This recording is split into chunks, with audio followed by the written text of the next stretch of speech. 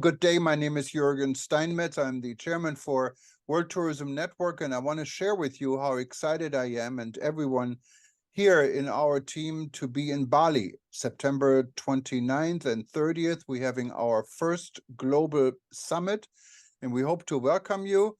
And it'll be an absolutely fantastic event. More information, just go to time2023.com, time2023.com, and I will see you in Bali.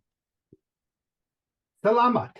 My name is Dr. Peter Tarlow, and I have the honor of being the president of the World Tourism Network and welcoming each one of you to a fantastic experience. The World Tourism Network, representing small and medium-sized enterprises and businesses around the world, will be holding an international conference in Bali, Indonesia. This is a wonderful time for all of us to get to know each other, to find out how we can work together, to face some of the critical issues that touch the entire tourism industry. And together, we are so much stronger than being small or medium-sized enterprises working alone. Please come join us. Let's work together to make tourism truly the industry that we all want it to be. Looking forward to seeing you in Bali.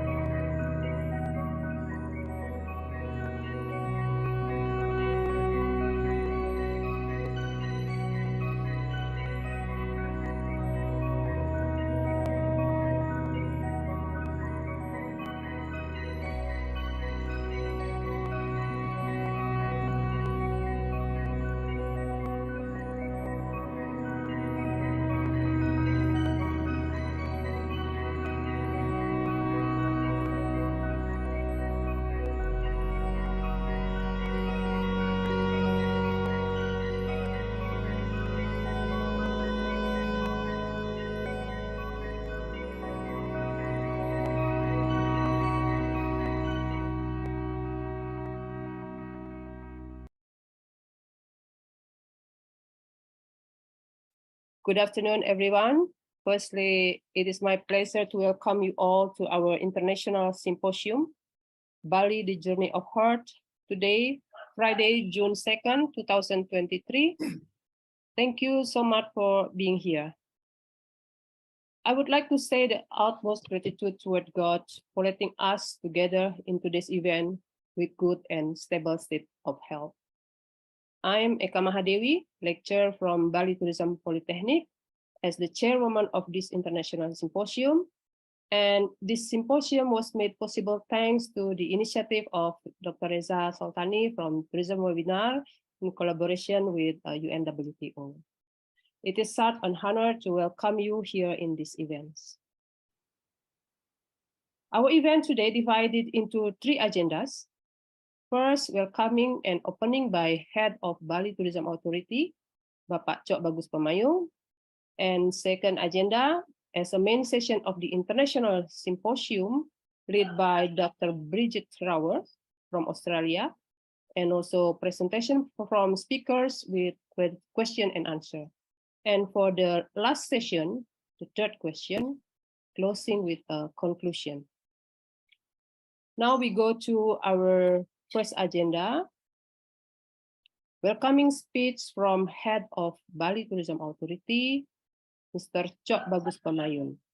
Before his speech, I would like to introduce him, Pak Cok, as a head of Bali Tourism Authority. He worked for government in tourism in Bali, especially he started already almost 28 years in tourism industry.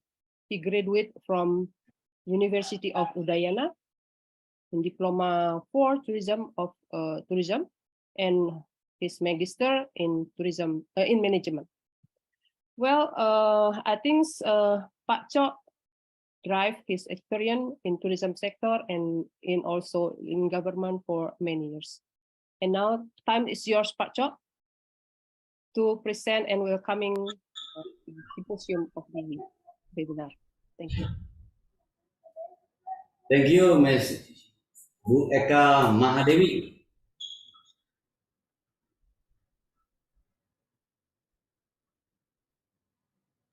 Please, Pak Cok, for welcoming and opening the webinar.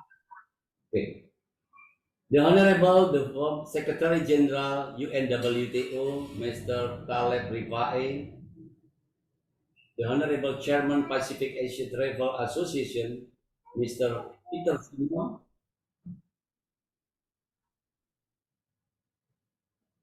Ibu Bu Eka bisa dengar suara Yes, saya? we can hear you.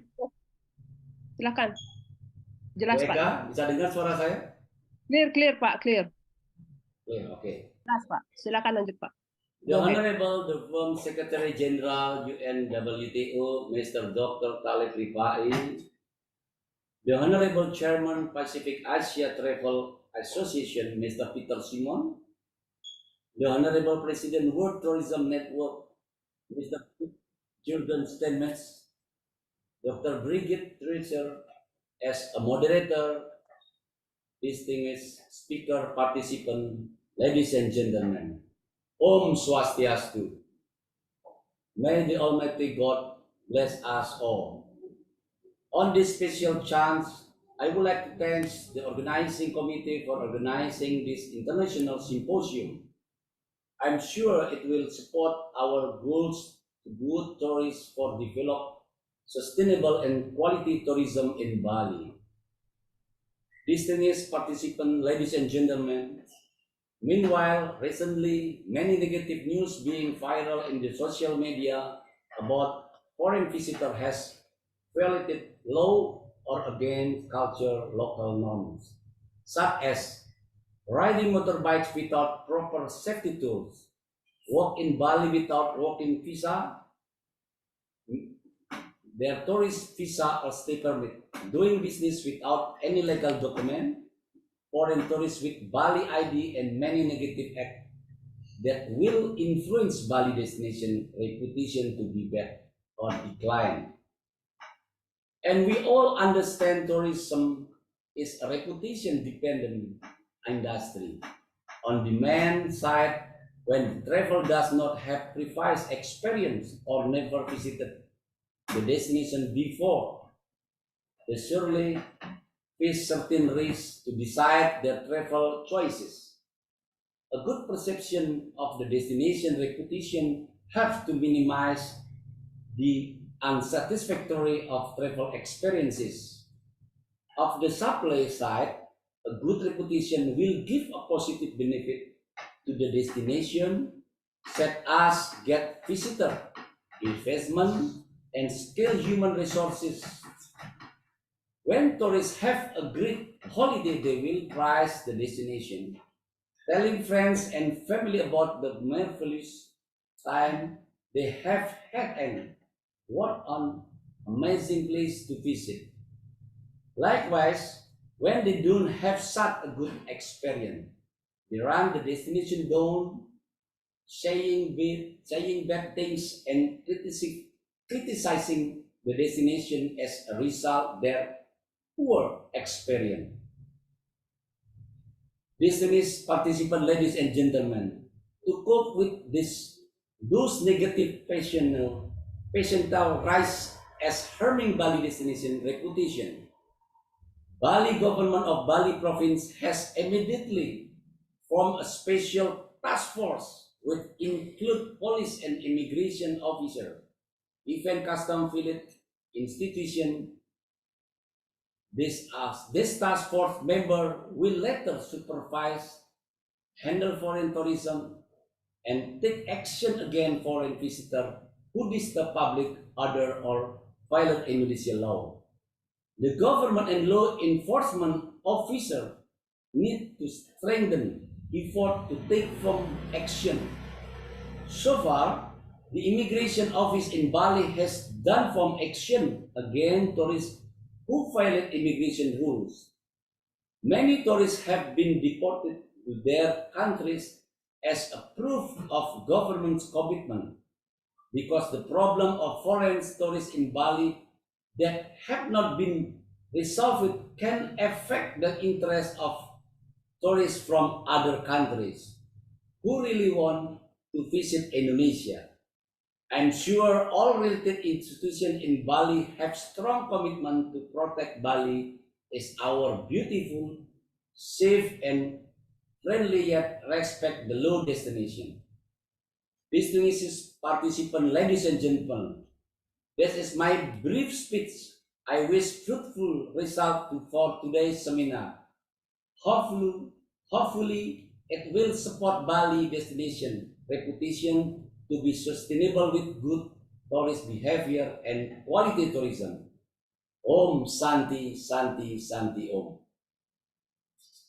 Sorry, ladies and gentlemen, I'm so sorry as cannot join the seminar until finish, because I have to attend their meeting that cannot be represented by others. However, there are some staff of mine are still standby in this seminar. Thank you. Thank you, Pak Chok, for your kind welcoming address to our speakers and participants, and also give us the Bali tourism update from the government perspective.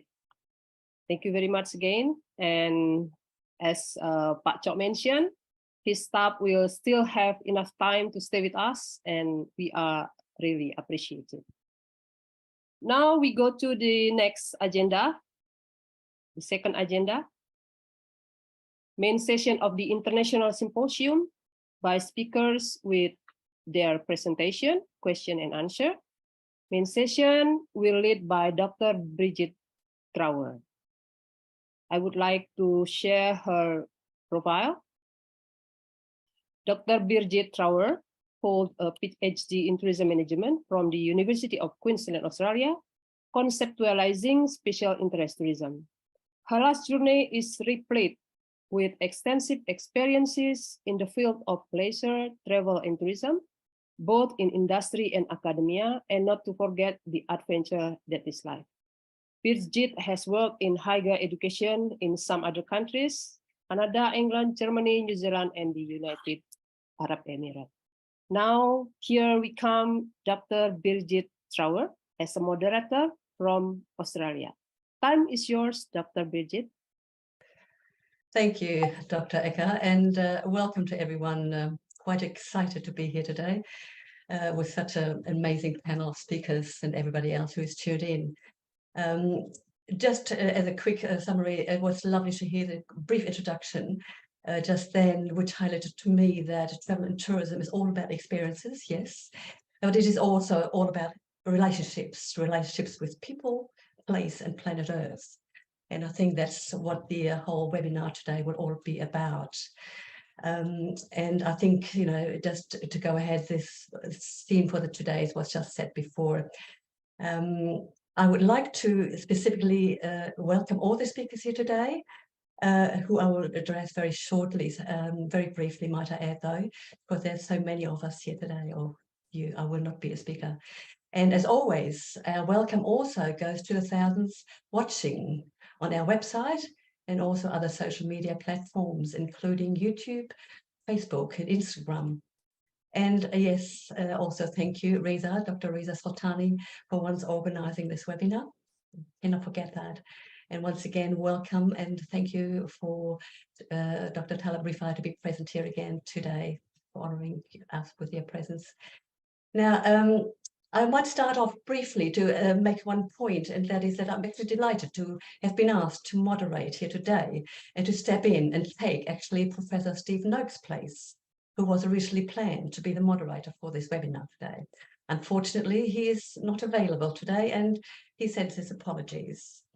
I might add also, and while I am an Australian, just like Steve and also Professor Noel Scott, who will be talking later on.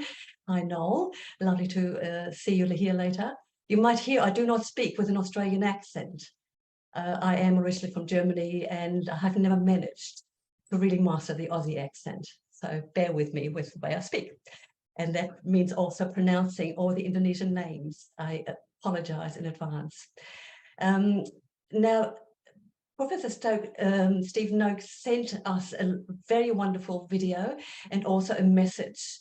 The video, however, we cannot play, and I'd like to ask everyone to go to Tourism Webinar website and look at it in your own leisure time. Now, I would like to, however, briefly read out something that Steve sent to us to just give you an idea of his relevance here as well. Now, Professor Steve Noakes is a team leader of the Project Management Support Unit within the large-scale Indonesia Tourism Development Project. And he's also the chair of Eco-Lodges Indonesia. He's a long-standing ecotourism pioneer with lodges adjacent to protected areas in Sumatra, Kalimantan, and Flores. The company used to have lodges in Bali as well, as it is usually the gateway and departure place for customers of Eco-Lodges in Indonesia. All lodges have a strong commitment to empowering local communities to contribute to and benefit from biodiversity conservation at local level. Now, Stephen makes the point that the short video he sent in is one approach to sustainable tourism in Indonesia, which is a very major underpinning topic of today's webinars. So another point that I'd like to raise and another message we received, and this one is actually from Professor Wolfgang Alt. He will also be joining the next webinar. Now, Professor Alt sent out this message for Bali. The development of China's outbound tourism to Bali is a good example for the danger involved in concentrating on arrival numbers as the main KPI in tourism. For a sustainable development of tourism in the future, the interests of all stakeholders, visitors, local communities, employees, service providing companies, governments, and the environment, aka future generations, must be taken into account. Without benefits and satisfaction for all, tourism does not work. We call that meaningful tourism, a tool for destinations and companies we have developed during the years of the pandemic. And I could not agree more with his words here. And I think we'd like to bear that in mind as we listen to the speakers coming up. Before I do introduce all the speakers, I do have to go through a couple of so-called housekeeping points. To start off with, given the challenge of cyberspace and the speakers located around the world, we might of course be confronting some technical challenges along the way. However, given the overall time frame of only 90 minutes available for the presentations today, each speaker has only about 5 minutes for sharing their insights and thoughts. The overall time available thus for webinars is generally 120 minutes, and we hope to have left some time after all the speakers for Q&A. So please hold on to your thoughts until then and make a note of them accordingly. You can actually make comments along the way on the Zoom chat area, so don't forget there. To conclude, it's actually Dr. Ecker who will conclude today's webinar before we say goodbye. Okay. Also, I would like to point out that anyone can access the webinar, this one, and all other previous ones, including any PowerPoint presentations and any other information on tourismwebinar.com the day after tomorrow, actually, and also the profiles of the speakers, which will remain actually on the website forever. So you can always revisit tourismwebinar.com. I will also introduce the speakers as we progress through the program very shortly. And I'd like to highlight, because of the immense background and complex background that each one brings into today's webinar, I will only introduce by name and title, and again highlight for everyone to visit Tourism Webinar to explore the profiles in more detail for you. So thank you for that.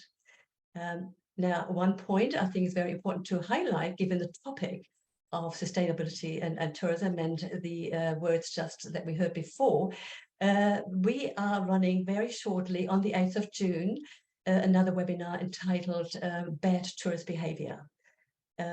We believe this to be of relevance not only actually to Bali, but to places called travel destinations in the world of travel and tourism, rather than homes of people that live there. So don't forget, anybody here today, if you want to pass that on, that is happening on the 8th of June. Now, with all of that in mind, Riza and I and Dr. Ecker will try our best to coordinate everything today. Hopefully everything will go smoothly. Right, so let me introduce the speakers for today, who, again, as I said, I pronounced the names correctly, starting with the Indonesian ones. The first speaker will be Dr. Gusti Kade Sutaba, who is the president of Nabasita Pariwisata Indonesia. He's also called Bapak Guste, I've been told by Dr. Ecker. Thank you very much. The second speaker will be Mr. Putu Vinastra, head of Asita Bali. And again, I've been told, called Bapak Putu. Third speaker will be Dr. Nimade Eka Madevi, who is obviously the chairwoman today. Fourth speaker from the Indonesian contingent is Ms. Ratna Eka Soebrata, part of Bali and Nusa Tenggara chapter. Again, I've been told to address her with Ibu Ratna. Thank you very much, everyone. And I look forward to all the presentations there. The following speakers after that will be Dr. Talib Rifai, and most of us do know him as a former Secretary General of the United Nations. And again, I don't need to introduce him very much there. If you want to, please go to his profile. The following speaker there will be Mr. Peter Simona, President of Qatar. And we might find that we cannot connect with him. And I believe, Reza, we have a video there for him that we can play.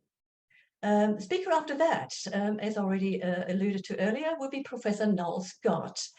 He's Professor for Tourism Management Sustainability Research Centre in Australia. And again, he has a broad and immense background like many of us here. So looking forward to your presentations, you know. And how can we not forget, already spoken to Jürgen Steinmetz, who is the president of World Tourism Network and holds other positions in the domain of travel and tourism, extensive background. Again, please do look on to his web profile on Tourism Network. And last speaker will be Professor Jeffrey Lippman, who we have included short notice. And I'm delighted actually to welcome you, Professor Lippman, particularly given the latest research that you will be presenting on that was done on Bali with a proposed framework of green tourism. Very much looking forward to that. At the end of all of that will be the Q&A session and then the closing by Dr. Ecker. Any questions that you will have, please hold on to the end of the session. So may I ask for the first speaker to take the floor, please.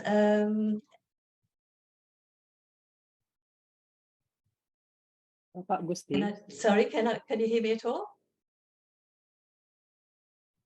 Sorry. Yeah, Bapak Gusti, the first speaker. Okay. Sorry, thank you very much. Yeah, thank you. Thank you. I was waiting for this. Thank you. Very good. So can I start now? Yes, please. Okay, I do share screen now. So my time is 5 minutes. If we can leave it as that, or 10 next.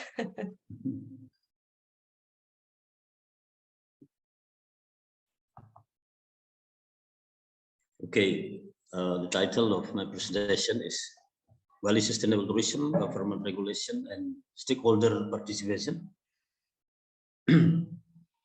This is Bali orientation of sustainable tourism development. We are concerned about the socio-cultural continuity, economic continuity, and ecological sustainability. So this is the focus of tourism of Indonesia. So from nature 35%, culture 60%, man-made 5%. Tourism is the main sector of Bali development, and then we are supporting a lot for income of tourism. So 50% is coming from Bali to Indonesia. Total is about $20 million US dollars per year. So it means that Bali has become the biggest spot for economic from tourism for Republic of Indonesia. Cultural tourism of Bali based on the value of Hindu religion is according to the local regulation number 2/2012.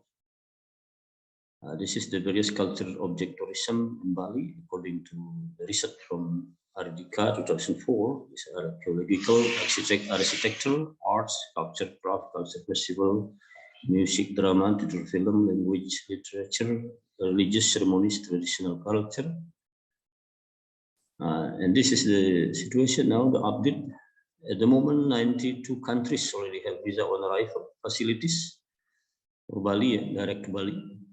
36 airlines have direct flight to Bali compared to situation before COVID. It's about 40, more than 40 airlines.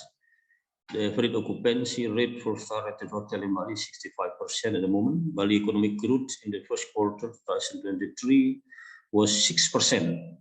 Is very happy because this figure is higher than national average. The number of foreign tourist arrival from January to April was 1.4 million people. So to achieve sustainability, quality, and dignified Bali tourism, the Governor of Bali is issued a circular letter. I think just now we heard already from the head of Bali Tourism Authority, because some problem also with visitors who visit Bali. Some of them is action is not respecting our culture, etc. Also the law. The contents of the school letters are as follows. I will quick read. Oblige foreign. So the tourists should oblige the number one, glorify the sanctity of temple, sacred effigy, and religious symbol that must be purified. So this is do and don'ts actually. Yeah? So they have to do this one, and then also they do some. Earnestly respect the custom, tradition, art, culture, ceremonies, wear polite, reasonable, and appropriate clothing. We have politely in sacred area, accompanied by a tour guide when seeing the tourist attraction. Perform foreign currency in the authorized money changer. Make payment with Indonesian standard QR code. Conduct transaction in rupiah currency. Drive in compliance with laws and regulation.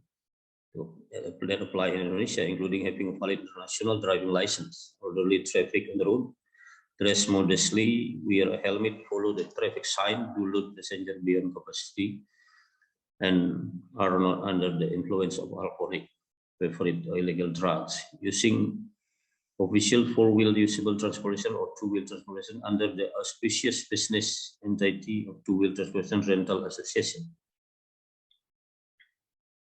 Stay at the place of accommodation that is permitted in accordance with the provision of laws and regulation, comply with all special provision rules that apply in each tourist attraction and tourist activity. This is the don'ts. Yeah. Entering part of the main holy places such as temple, except for the purpose of praying, by wearing traditional Balinese clothing or prayer clothes, and not in a state of menstruation. So it's not allowed to climb the sacred tree. We have feared that the sacred holy places,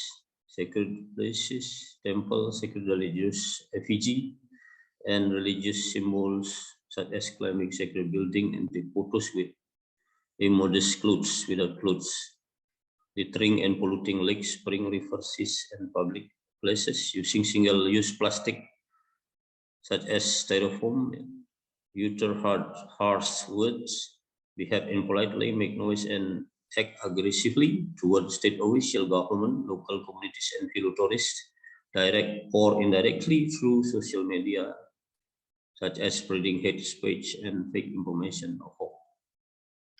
Work and carry out business activities without having official document issued by the competent authority, engaging in illegal activities such as selling or export flora, fauna, artifacts, sacred objects, buying and selling illegal goods, including illegal drugs.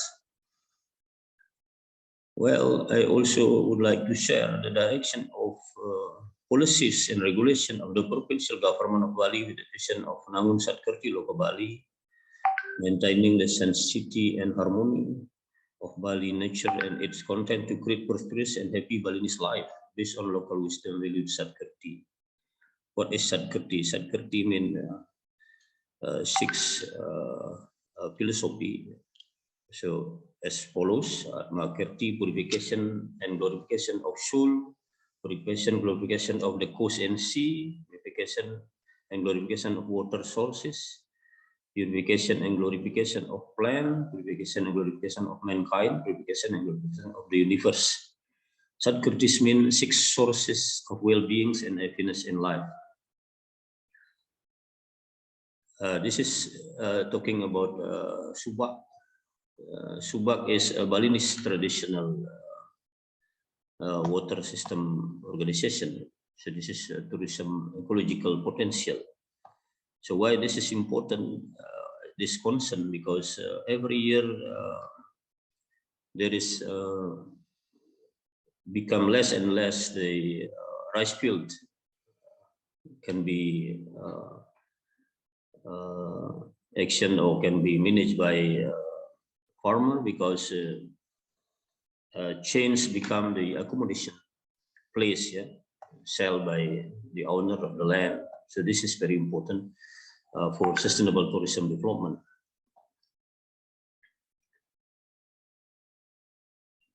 Because Subak is based on the Trihita Karana philosophy, the commitment from all stakeholders to save Subak, especially to reduce the function of agricultural land into tourism accommodation. Several district heads in Bali have waived taxes on paddy field. This is the stakeholders' inputs to government. So master plan blueprint for Bali tourism must be reviewed every 5 years to adapt the current situation. In some areas, infrastructure route must be made so that there are no traffic jam, yeah? And many passages are made to break down traffic jam during high season and peak season. Research for carrying capacity accommodation to find the amount of accommodation needed from time to time to afford our supply. Provide cheap, comfortable, fast public transportation that connects cities in Bali can go around Bali in short time. This is the government, what government support from government from central government for Bali tourism. Number one, the tourism marine hub in Benua. So many crews now coming through this harbor. Denpasar Singaraja cut route to shorten the distance from Denpasar to Singaraja. That one is toll or bypass of the Mungwi Gilimanuk. West Bali will start soon. Turiya Pada Tower will be finished the construction the end of this year in north of Bali.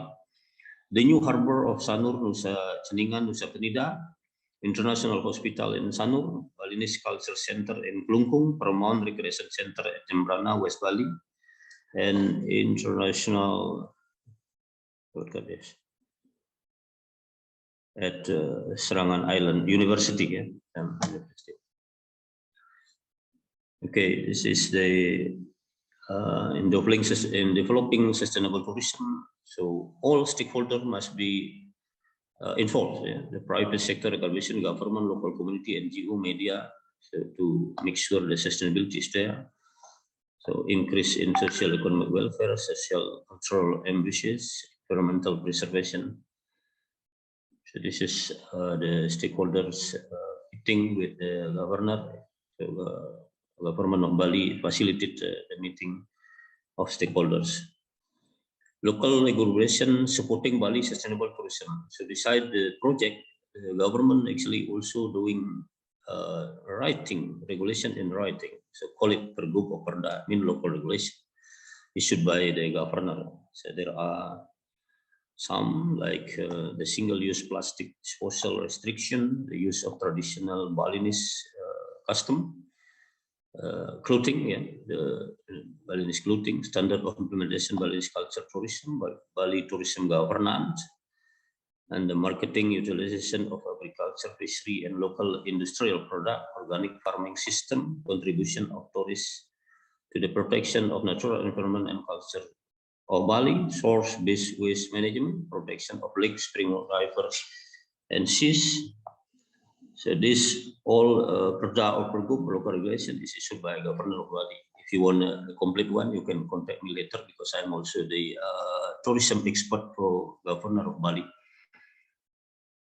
Why Bali is become the most popular and best tourism destination, and why Balinese always happy and friendly to visitor or to tourists. Number one, it has become a culture that Balinese are very friendly and always respect the guests. Balinese people believe in the law of karma. If you do good, you will have good luck. Balinese also believe in religious teachings. Yeah, in some holy book, yeah, Bhagavad Gita, call it. You can read it. The Balinese also believe and practice the philosophy of Trita Karana, yeah, harmonious relationship with God, human, and nature. The majority of Balinese are not ambitious in pursuing worldly pleasures because they believe that all human will eventually die, and it's very important to do good things while still alive. Balinese people also believe in and carry out religious teachings, namely Trikaya Parisuddha, namely thinking good, saying good, and doing good, and others. The conclusion: to ensure the sustainability of Bali tourism, higher quality and dignified tourism, so need the cooperation and coordination, and also need the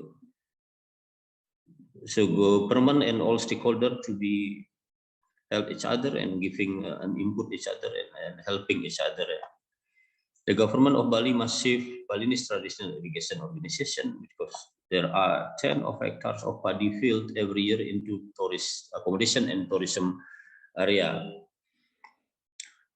We believe that Bali tourism will be sustainable because Bali has strong culture and life principle that are based on the philosophy of the Karana, the laws of religious teachings. Yeah. With the many violations by foreign tourists in Bali lately, both regarding custom, Balinese culture, traffic, and existing laws, the government issued the circular for foreign tourists. Yeah, it's a circular letter. Yeah, for foreign tourists. We hope that after this circular letter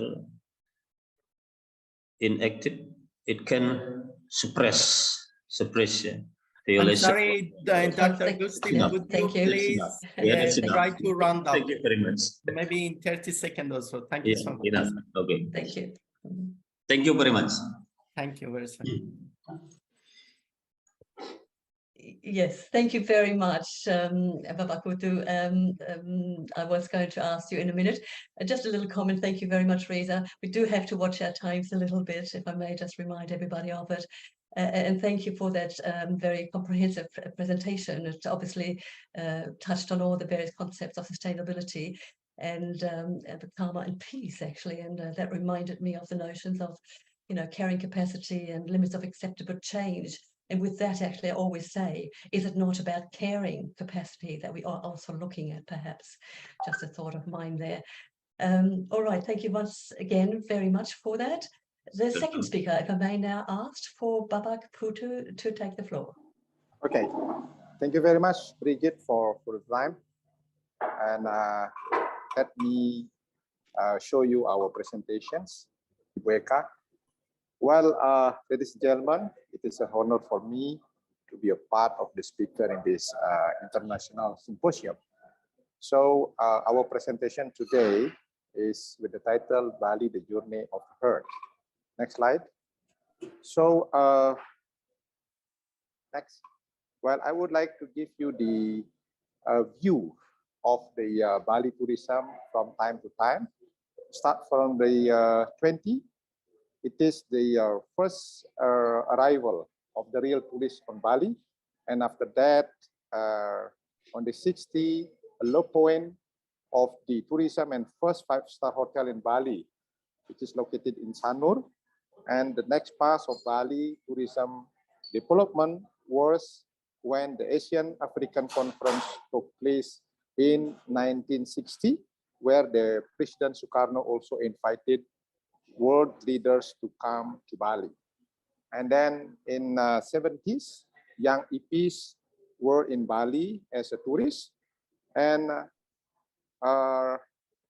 this became also very popular for those who coming to Bali and stay in Kuta. In 1980 and 1990, a golden age of the Bali tourism. And on that era, is everybody want to work in the tourism industry rather than they work in the government offices. And in 2000s, we have a problem with the bomb blast. Therefore, the Bali was shocked. And after that, in 2010, will be the Bali recovery. Again, in 2020, we also have a problem with the COVID strike. But let's talk about ASITA. What is ASITA? ASITA is the Associations of Indonesian of Tour and Travel Associations of Indonesia. Bali is one of the chapter among the 34 chapter in Indonesia, with the member until now is 440 members, but after COVID, we still have only 250 members. It means half of our members are still closed because of the COVID. In Bali, majority of our members, they are doing inbound, and we are focusing into 11 market division, such as European, Asian, Middle Eastern, etc. And you see, in 2022, Bali was appointed as the best island in the world by the leisure from the United States, because Bali and culture and tradition, religion impact almost every aspect of life on the island and draw people to Bali and to see. And also the most important point is to experience the Bali culture. And you see by numbers, the visit of the tourists to Bali until 2023 now is 1,400,000 something. It means that Bali is not recovery yet comparing to the situation before COVID. Next. What is happening now in Bali? Certainly, due to digitalization, Bali are known by everyone all over the world. And the problem with digitalizations, we also are facing a lot. Besides that, we also have a problem with the price war, environment pollution, as what Mr. Guste mentions. And lately, we have a bad tourist behavior. Therefore, the government creating the new regulation in order to implement law enforcement. So I think with those case that we have lately in Bali, we have to discuss more wise in order Bali is become recovery and then to be the best destination in the world. Thank you. Thank you, Bapak Putu, for your wonderful insights into the history and the present day aspects of Bali tourism. Just again highlights, historically, Bali has always been attractive to tourists, opening the hearts and the doors to everyone who likes to visit, and that's lovely. And it shall remain like that, hopefully. May I ask the next speaker then, and if I may call out Dr. Eka, please, if you would like to go ahead and share your lovely presentation.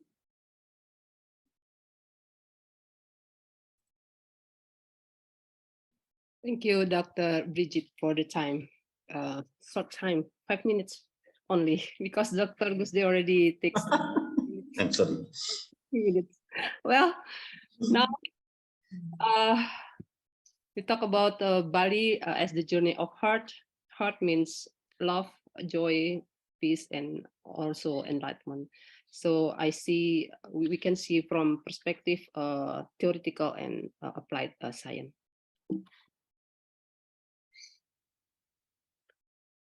Our topic about the journey of heart, and then I will describe about the Bali as a destination of peace and how to create Bali as a peace destination. And then I use some theoretical and applied science to describe Bali as how to design Bali as a peace destination. We have some references related to journey of heart from tourism and leisure studies. They're talking about the spiritual tourism, and then other references talking about journey to heart, also from hotel, also from tourist destination, and then some research from talking about from head to heart tourism research journey. And then this is the short video I would like to say. Happiness is peace. It's not pleasure, right? And everybody thinks happiness is trying to get as much pleasure as you can get. There is nothing more agitating to your mind than extreme pleasure, right? It's like peace. Well, our question: what is people's final goal to traveling? As the TikTok mentioned, a tourist visit destination with a purpose to find happiness. Happiness is peace. So now we're talking about Bali as a journey of heart, how to create Bali as a peace destination. Happiness is peace. It's not pleasure. Well, this is the data. Why do people travel to Bali? Some data show that people come to Bali because of the culture, environment, food, culinary, and creative industry. And then I will go to another slide. This is the model how to create Bali in the future from perspective of quality tourism and quantity tourism, and also from perspective of planning and marketing, and also for the applied of the theoretical and applied science, how to create Bali in the future to be a wellness tourism destination, experiential tourism destination, green and sustainable destination, food culinary tourism destination, and also as a peace destination with the quantum tourism approach or perspective. And Pak Gusde already mentioned about Trihita Karana and also about the 6 pillar of Bali government program. So I will mention about this topic again. Well, as we know, of the Global Happiness Index, the data shown about the world top 20 happy countries. But how about the island? Bali have award as a happiest destination in the world. So if we talk about the islands, Bali one of the happiest destination in the world. We use the perspective of the theoretical and others references. And now we use a heart vibration scale. Where is the position of peace? As we know from this scale, peace have 600 hertz of the frequency. It's mean that peace above than love, above than joy. So peace is our concern, how to create Bali as a destination, and then also enlightenment.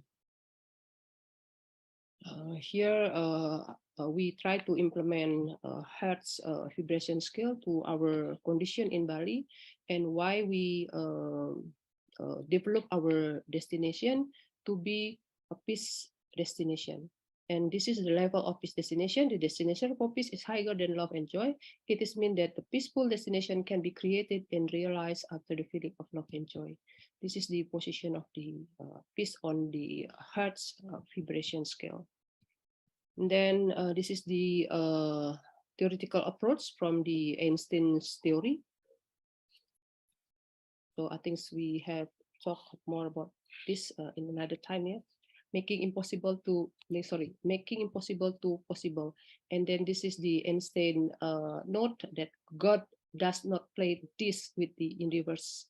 It's mean that from this theory, Einstein mentioned that usually Einstein use physics as a certainty science, but when we talk about quantum tourism, we talk about uncertainty science, the invisible quantum physics. This is the model of the tourism system. I think it's the old system with the development, as Lipper said in 1979. And I try to develop a new quantum tourism system from Bali study case. Here I use the tourism system of Liver, and I implement some theories and applied research approach and figure out to quantum tourism system study case Bali for peace destination. This is the model of Liper, tourist generating countries to tourist destination or receiving countries, and then the tourists have their self-awareness to go to destination, and then when they come to the destination, they will feel that Bali has a magical of Bali, or we call it as a tax to Bali. And then from this side, the tourists or people who come to Bali, we try, or we make sure that the people who come to Bali feel love, joy, peace, and enlightenment. From perspective Einstein, Lipper, Karatsias, Hertz, and also my research. And also, this is the Einstein quote, "Spooky action at a distance." This is the popular Einstein quote from physics quantum. I think that is the last our presentation about the quantum tourism, and this is the model I found out from the case of Bali as a peace destination with the approach of the Hertz theory, Lipper theory, and also Karatsias and Einstein theory. I think that's all. And then for the last, for our discussion, journey to Bali as a peace destination can start from heart, our love and joy. And then for the second, quantum tourism, it could be as a media to develop Bali as a peace destination to enlightenment. I think that's all. Dr. Bridget, time is yours. Thank you.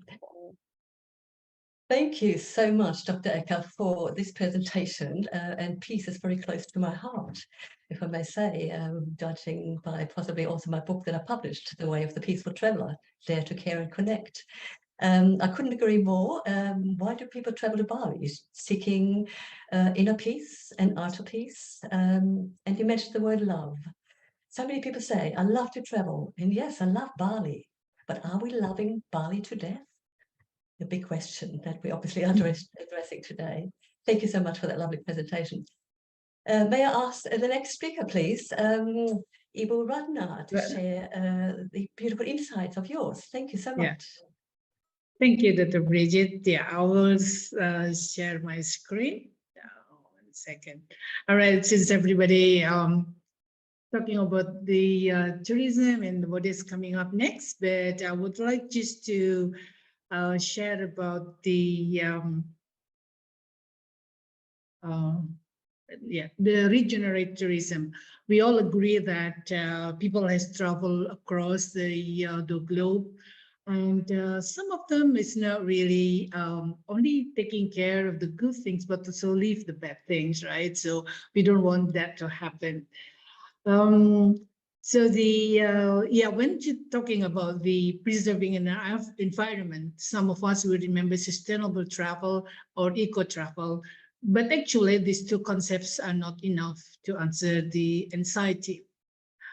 The reason is because two terms have the goal of preserving the environment, but do not include ways of solution and repair what has been damaged. Because of that, we need new concept that can be only provide the alternative in minimizing environmentally damage, but also how to fix it. The tourism concept, the most appropriate concept to be used in the time is because the regenerative travel is a tourism concept that aims not only to protect the natural resources, but also to participate in the renewing nature so that it can be regenerated damaged resources. When damage of the resources occur, we must be responsible for it. Although the government take part to fix the damage, but still, we are the tourism practitioners also take a charge. I just would like to share the example what happened in a fire in the mountains. This happened a long time ago. Just because Bali is one of the wedding destination and people like to take a pre-wedding photos or videos. They're using one of our mountains, and it was a dry season and very dry. The grass are really brown and dry. So one of the visitors just threw the cigarette butts, on the grass. And as soon as it happened, and of course the fire began, So this is the damage that already produced by the visitors, which we don't want that to happen again. So we try very much to educate them that this is also dangerous, so not to take care of the nature. Okay, the various forms of the regenerative tourism, which are suitable, is the principles are the same, which is including the tourists also have the regenerative sense that needs to manage properly.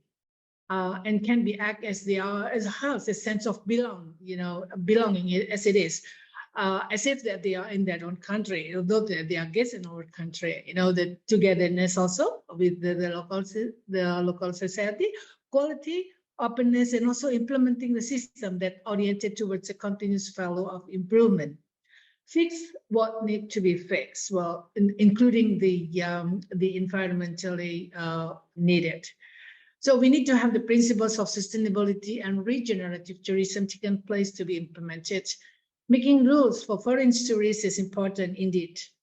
And it will be much more important if implemented or cultivated with all the people together with wisdom, immigrants, and even the host community, even for us in Bali. We need to have, Perhaps it should be noted that traveling an event is preserving the environment. Literally, the condition of the earth getting sadder. Investigate the calibration. It turns out that traveling activities also contribute damage to the earth, especially in terms of amount of waste. Not to mention about finding the plastic bottles when you're climbing the mountains. I remember when I was young, I climbed the Mount Agung and I collect so many plastic bottles, you know. I hope it's not really happening now, but it was a long time ago. And so can you imagine that not all the tourists or even the local tourists, you know, try to adapt. So if we can ask our guests how they keep traveling without having to increase the amount of waste. Food waste, for example, when it goes to the landfills, you know, will cause the increase of the methane gas, whereby it's more dangerous for the human being. Methane gas is very dangerous, you know, once the food waste is collecting even from the hotels or even from other area. And if they are not rescued, and then it's just go to the landfills, you know, which is not really good for us. And let's be a smart traveler. Bali, the journey of the heart. We need to keep our environment preserved. Clean beaches, of course, pristine waters. This is good for divers and also for snorkeling, you know, activities, you know, free from debris, embrace the culture, and let's save our Bali beautiful and serene. As Dr. Rika said, that you know, culture is more than 90%. Well, visiting Bali, you know, Bali is, you know, it's beautiful, you know.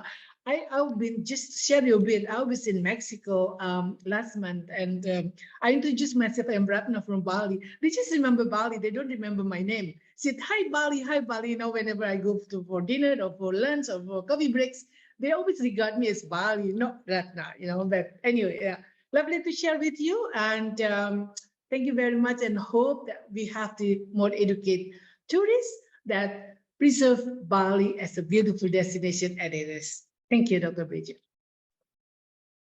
Another very passionate presentation, always a joy to listen to. Thank you very much. And yes, regenerative tourism, how can we not raise that particular topic?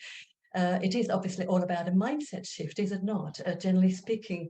And I just like to always say when people ask me what regenerative tourism is all about, and I like to refer to Professor Susanna Becken's quote, it's about giving back. And Yes. perhaps that's what we have not really realized in our individualistic society. So thank you very much for that lovely presentation. We are coming to the conclusion of the Balinese segment, if I may call it that. And may I now draw on call in Dr. Talib Rifai, if you don't mind to share your thoughts at this point in time. Thank you, Talib. Thank you so much, Bridget. Thank you. I hope my voice is clear and heard. Is it? It's wonderful. Thank you. Thank you, Bridget. I just want to say hello from Amman, Jordan. I'm speaking to you from Jordan. And I was in Bali a few years ago. I visited Indonesia several times. I visited Bali only 2 times. Every time I visited, I feel all what's being said to be true. But what I interested me most is the guidelines of the governor of Bali with regard to what to do and what not to do. Well, I think it's very, very appropriate because tourists and visitors that come to a place, they must respect that place. They must have certain values to respect the people. They have to change, not the people. People don't have to change to please tourists. It's the tourists to change to please the local community, to learn from them. That's important to know because otherwise we will never learn from each other. Tourism is a very important element in peace building because we learn from each other. We rub shoulders with each other. You can never ever have a feeling of resentment or stereotype any population that you had dinner with and you had listened to their stories and to their needs. So peace is very important here. And I want to also say something about the environment because we heard so much from Mrs. Bali, I may call you so. Okay, about the environment. A few speakers spoke about that. Now, sustainability is not just about the environment. Sustainability is social, economic, and political sustainability. Sustainability is much more than just the environment, as important as that is, because the environment is very important. But it's not all about the environment. It's about how much does the community share of the benefits of tourism. how much does the community benefit from that? That's economic sustainability. Social sustainability is to preserve the culture of that place, to preserve the relationship between people and each other. And that we talked about in a minute. So I want to just say that it's important that we keep in mind that the governor's outline is very, very important. I wish more people around the world would adopt that. Bali is an example. Bali is a journey for the heart without doubt. I've been to Bali and I know what the Hindu culture is all about. And the population there are very, very, very kind population. I went to the mountains as well, not just to the beaches. In the mountains, there was beautiful sceneries and beautiful environment. Just want to say that. Thank you so much, Bridget. Thank you for giving me this opportunity. Thank you. Thank you. It's always a pleasure. So thank you very much for sharing those thoughts, which align very much with the previous presentations, and no doubt also with the ones following. I think, what stands out is, with a conflict perhaps between human-centric approach to tourism and travel and the ecological one, which we are obviously battling with as far as climate change is concerned. And I know that Professor Lippman will address that, and possibly Noel, you too. So thank you very much again for that presentation. The next speaker as such would be Mr. Peter Simon, the president of PATA. Now, Reza, I'm not sure, is he available, or would you need to play the video that he sent us in? Maybe we can wait. He's in the tour in the mountains in Nepal, so his connection is not good, but okay, you're going to play, okay. Well, I don't, but if you can, please. He sent us a video, but in the case that is not here. Okay. Om Swastiastu. Greetings from Pokhara, Nepal, where I'm attending the PATA Annual Summit and Adventure Mart. We just finished the event. It was fantastic, and we're about to go on tour. So if I don't participate in the Zoom call today, I do apologize. And I want to congratulate Reza and, of course, all of my friends from Bali and Dr. Talib and all the people that are joining today. Of course, Bali is a phenomenal destination. I know it well. My family lives there. My wife is Balinese, and it's a wonderful destination. There's a lot of challenges that Bali has right now in terms of dealing with the carrying capacity. And there's been discussions by the governor to even limit the number of people that can come. One of the ideas that I have is, if we're trying to make sure that tourists behave well, perhaps there should be some sort of a code of conduct that people sign when they arrive on the island, some sort of a pledge or a commitment. So, I think that would be a better way of going about it than what Governor Costa is saying, to limit the number, because it's very difficult to limit access to a place. Bhutan can do that, but that's a very different destination. So that would be my suggestion. So again, my deepest apologies for not being able to spend more time with you. I do hope that you have wonderful discussions, and I thank you so much. Thank you. Thanks for playing that, Reza. I think what came clear out of that particular presentation by Peter, interesting enough, is the mention of pledges, which have actually been around for some time and applied in various destinations.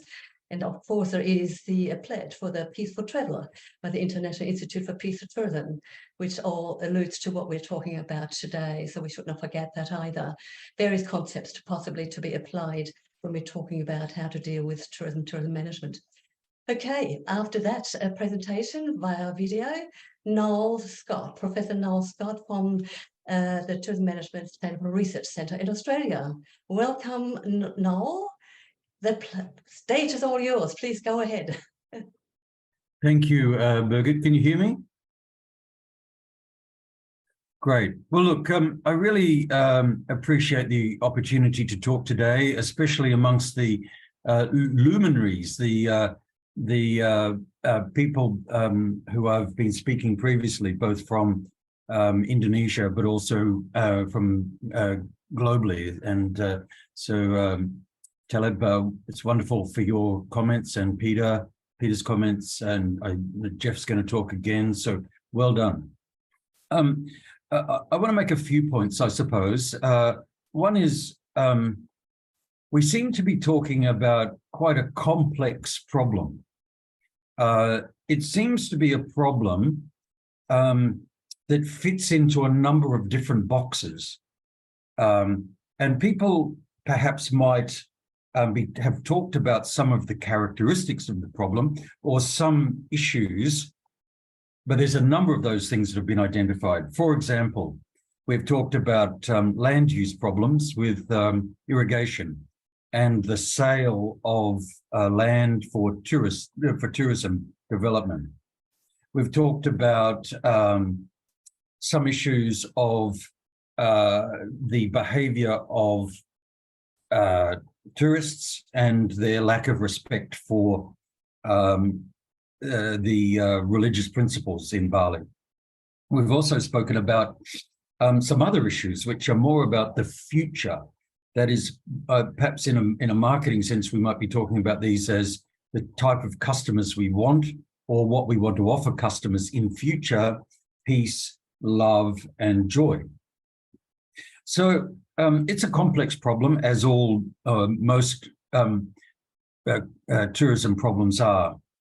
I'd like to think about two things about that problem. One is who's dealing with it, who's making the decisions, and then also how are they being communicated to people, okay? So clearly there are a number of stakeholders involved in this problem. There's the community, the industry, the government, academics, and so on. And there will be a variety of different opinions about how to deal with land use problems, how to deal with visitor transgression of rules, and also what position we should have in future. Now, I'm not sure exactly how those decisions are being made. This might be called a destination planning, destination visioning exercise, where all stakeholders agree on a future position. So we're seeing elements of that, certainly the communities involved in this problem, but I'm not sure how they are represented in the tourism planning decisions. And also, I'm not sure exactly how the government and the industry are communicating together. I'm sure it's very efficient, but so the governance structure, who's making decisions, how the various stakeholders' positions are being taken into account, and how decisions about the future of tourism in Bali is being done. It's a little bit uncertain to me. The second issue, of course, is communication of decisions. So in Australia, we do see messages in the newspapers and other ways of communication, public communication, and they're generally very negative about the rules and things that are being presented or coming from Bali. It's not that the rules are necessarily bad. I agree. I think that any culture and any place has the opportunity, should be implementing its policies and values and religious values and so on. The issue is how you communicate it to people. That's a second issue. And I don't see, it would appear to me that there are there are some techniques and things that could be used to better communicate these decisions. So I would suggest that there's a bit more of a structured process by which these important destination decisions are made, both about current problems of transgressions, involving local people in decisions, land use planning, and then moving on to communication to the world and positioning for the future. Very complex, but that requires quite a structure of governance within the destination, which I think it could be improved, as it could be in any destination. So I suppose those are my comments, Birgit. I agree that there's the problem. I agree that there is a need for respect of religious principles, and including the population beliefs in the tourism area. It's just, how do you do it? How do you organize it? How do you actually do stuff in an efficient way? Thank you. Well, thank you very much, Noel, for your, again, very insightful comments. And what was really appreciated there is the fact that you raise the complexity that tourism is. And I always make the point too that actually tourism is a microcosm of society. So it exists within all of that. And, you know, we kind of forget that. And communication is a major component of any kind of relationship, whether that is within tourism or, you know, politics or any other context. So yes, the notion of communication, I think, would be something highly that needs to be addressed, and how we go about that, particularly given the multiplicity of the stakeholders involved. So thank you very much for that. That leads actually quite nicely into the next presentation, which is Jürgen Steinmetz. If you'd like to take the floor and give us your insights and considerations. Thank you very much for that, Jürgen. Thank you, Birgit. And I have to say, I'm delighted to be here today out of many reasons. One, the most important reason for me is, as chairman of the World Tourism Network, I want to welcome and urge every one of you to attend our event in Bali. We have our first global summit, what will be taking place September 29th to October 1st. In Bali, and you find the information at time2023.com. So please join us. It's going to be interesting. We're going to cover a lot of subjects, and I'm personally so delighted to have this event in Bali, because literally my current part of my life and career started in Bali. eTurbo News started in Bali, and we started in Bali in 2001. When we were appointed by Pa Adhika, the minister at this time for tourism, to help with awareness in the United States, and with situations like some terror activities and other activities in Indonesia. We were trying to communicate, and we're getting here into the communication, a message to the travel industry in the United States about the geographics of Indonesia, how to really put this all in perspective, if travel advisories are really justified. So this was our really first task, and I agree, this hasn't changed. Communication is top important.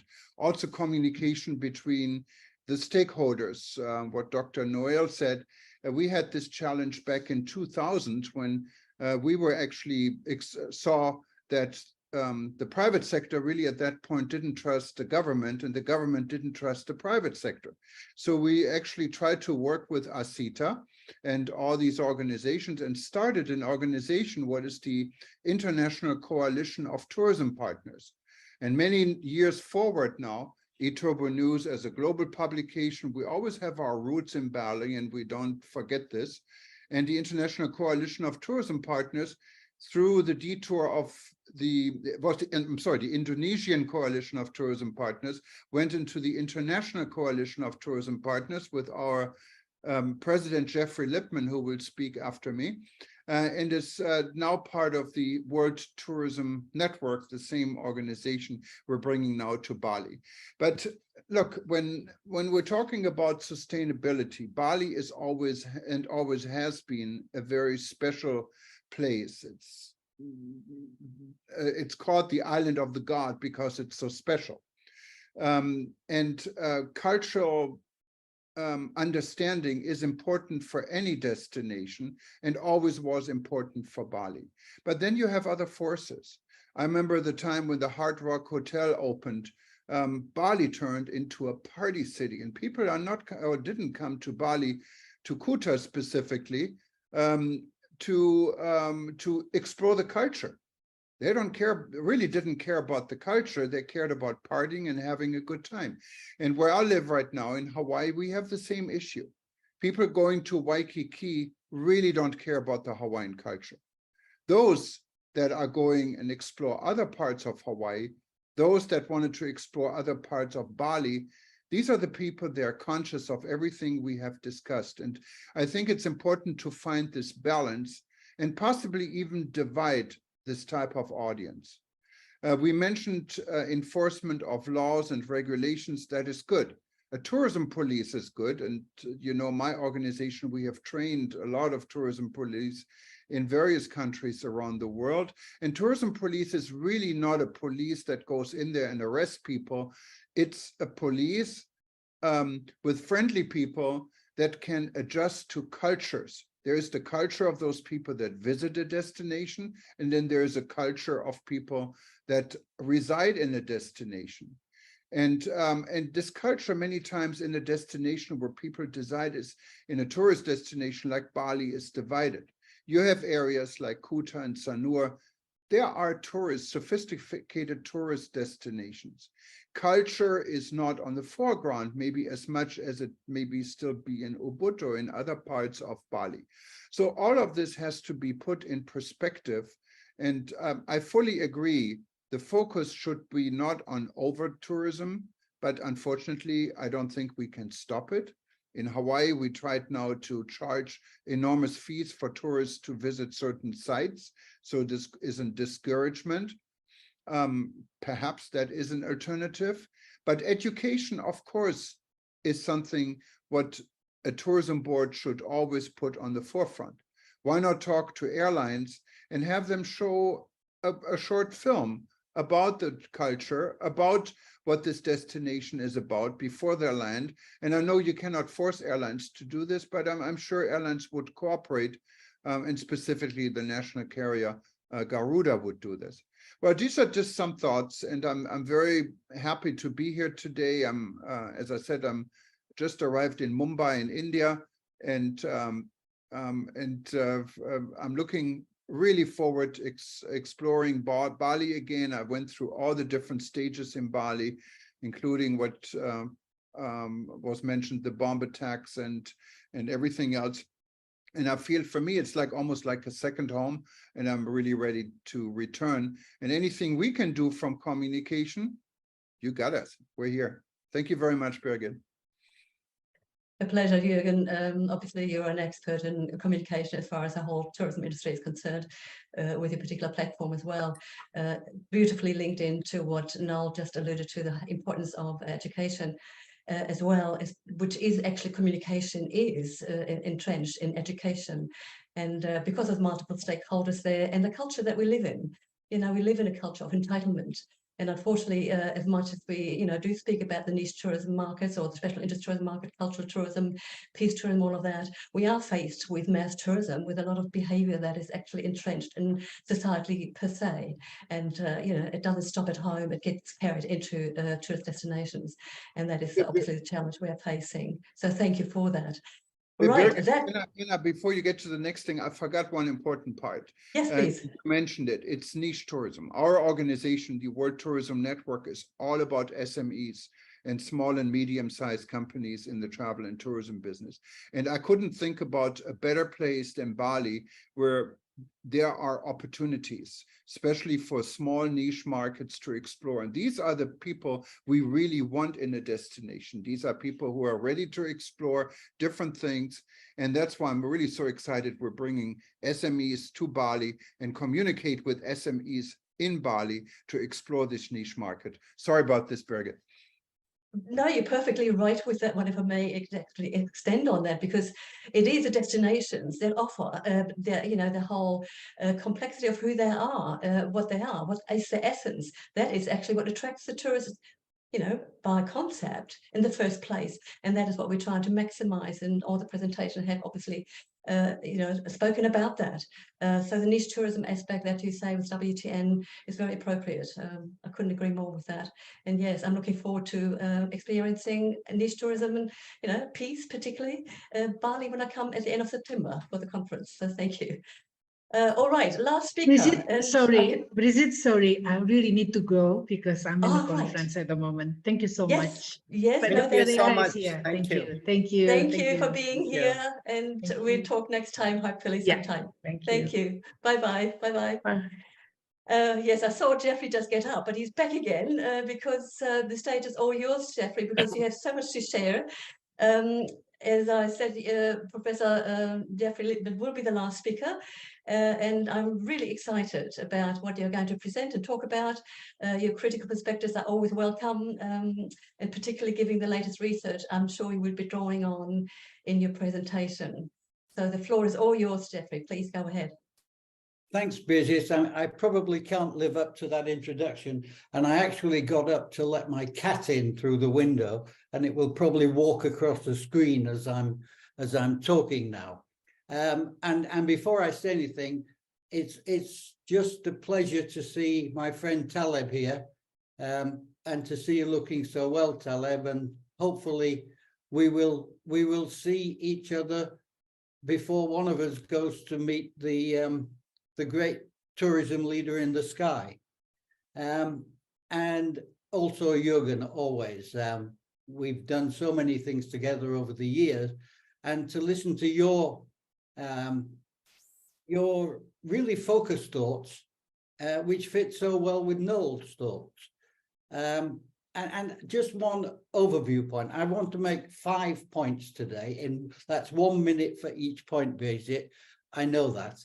But just one overview point. When you have a seminar like this, and we all do so many of them, we tend to generalize because you have to, but one of the points I think Noel made, this is a very complicated issue. And all we can do at this moment is touch on it. So when we get complicated charts and detailed information in 5 seconds, we don't catch it. And that's why I want to make a shout out for the seminar that Thomas talked about at the end of September, the time event, where there will be a real opportunity to explore these issues in much greater detail.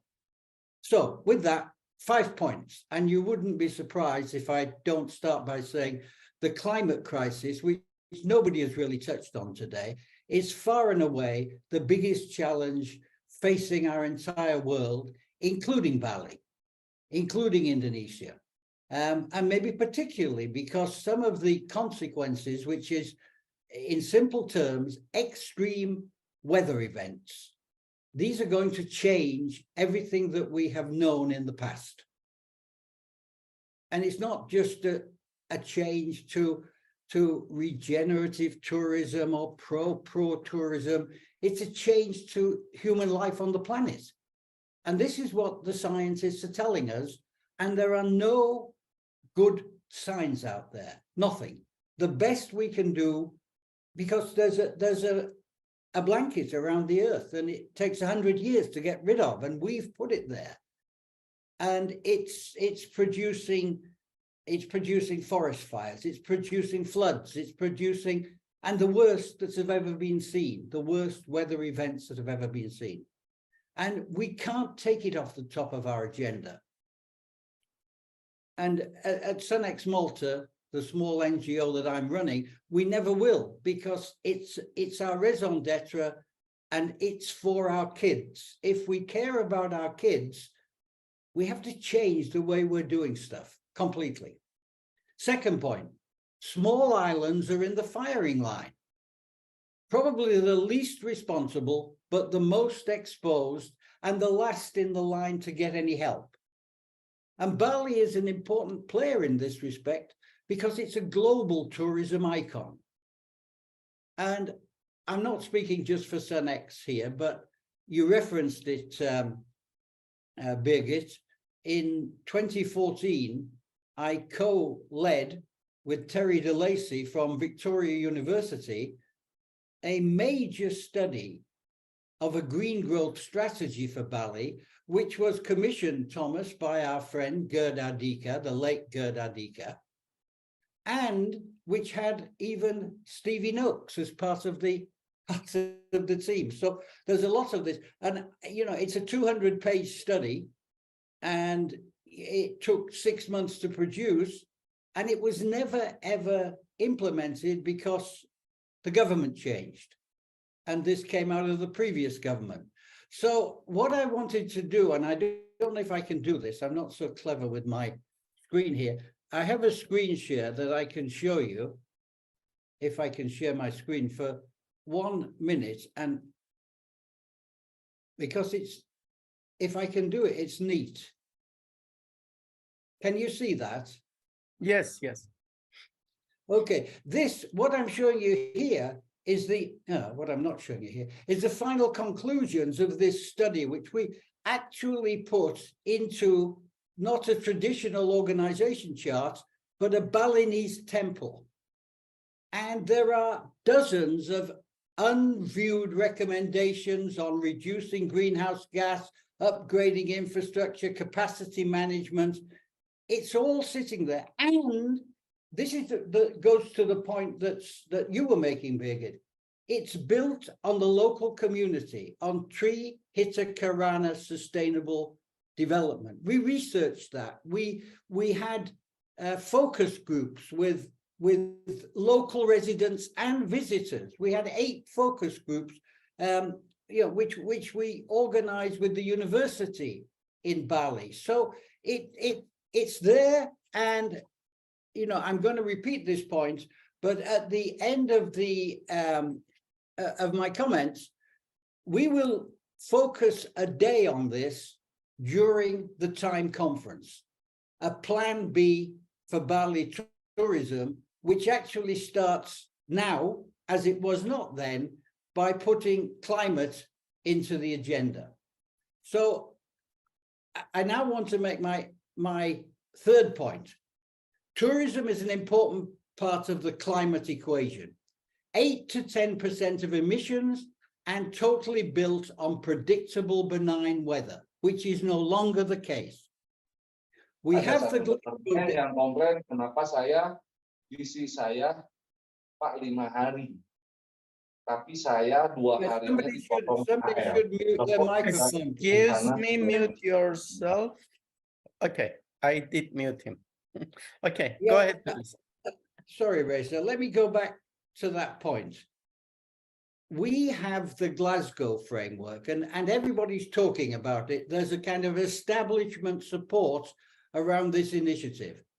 It's not enough. It's just a starting point. We have to go further, and we have to go faster. The Glasgow Declaration talks about net zero 2050 and halving by 2030. And it leaves out the most important recommendation of the IPCC, which was to peak emissions by 2025. We have to peak emissions by 2025. And that's left out because that's the tough thing. That's the hardest thing of all. But we're not talking about starting a new product or building a new tourism resort. We're talking about the future of humanity. Existential means exactly that. The fourth point, at SunX Malta, we stand for education and action, and we're trying to put our money where our mouth is. We've started a postgraduate diploma in climate-friendly travel. We have nearly 100 graduate students this year, and we are putting them in charge of national chapters around the world, and we will be putting one in Bali. And we are starting a new climate-friendly travel club, which will reach out to travelers themselves with what we think is an innovative, cost-saving way to compensate for their travel carbon. Why? Because offsets, which is what the whole industry is relying on, keep polluting and pay somebody somewhere to make you feel better. No, we say you can compensate for your travel carbon with a benefits club.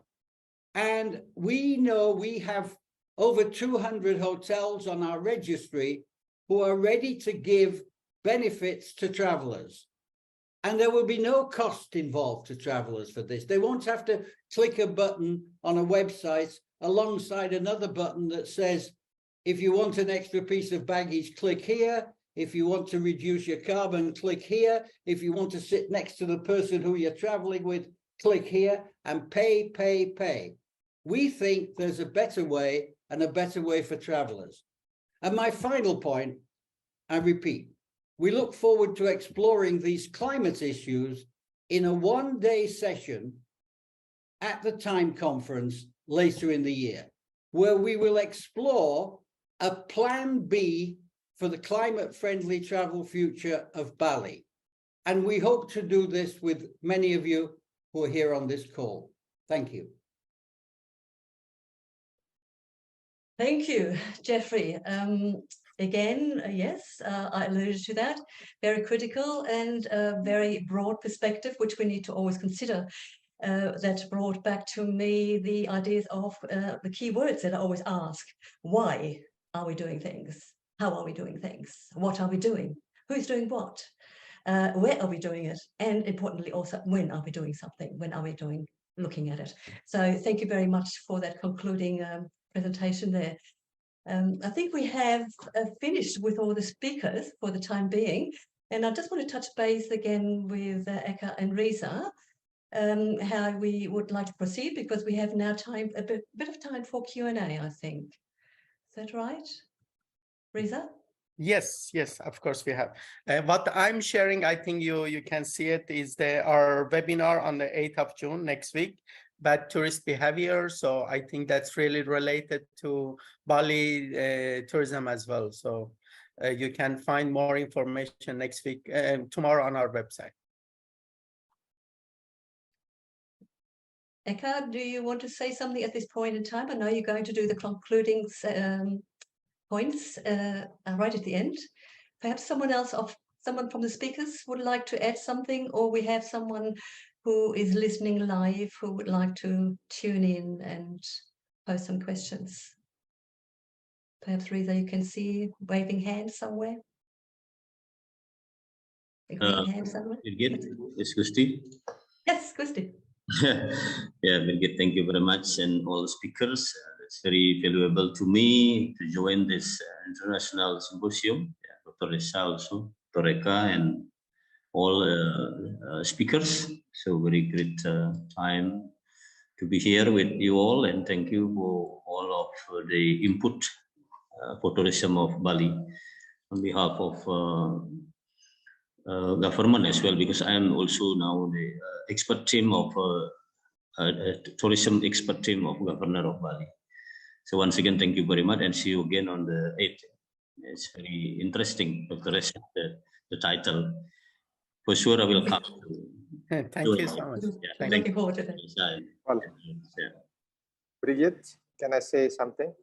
Please go ahead, of course. Yes. I myself would like to thank you very much for being here with you all. On behalf of the chairman of the Asita Bali, I would like to inform you as well that we Asita Bali going to have a big international tourism event that take place in Bali from 14 to 17 of June this year. That will be the 9th event. It's called Bali and Beyond Travel Fair, or BBTF. So you may check on our website www.bbtf.co.id. So this year event, they're going to be around 350 buyers from the 51 countries join to our event for both online and offline.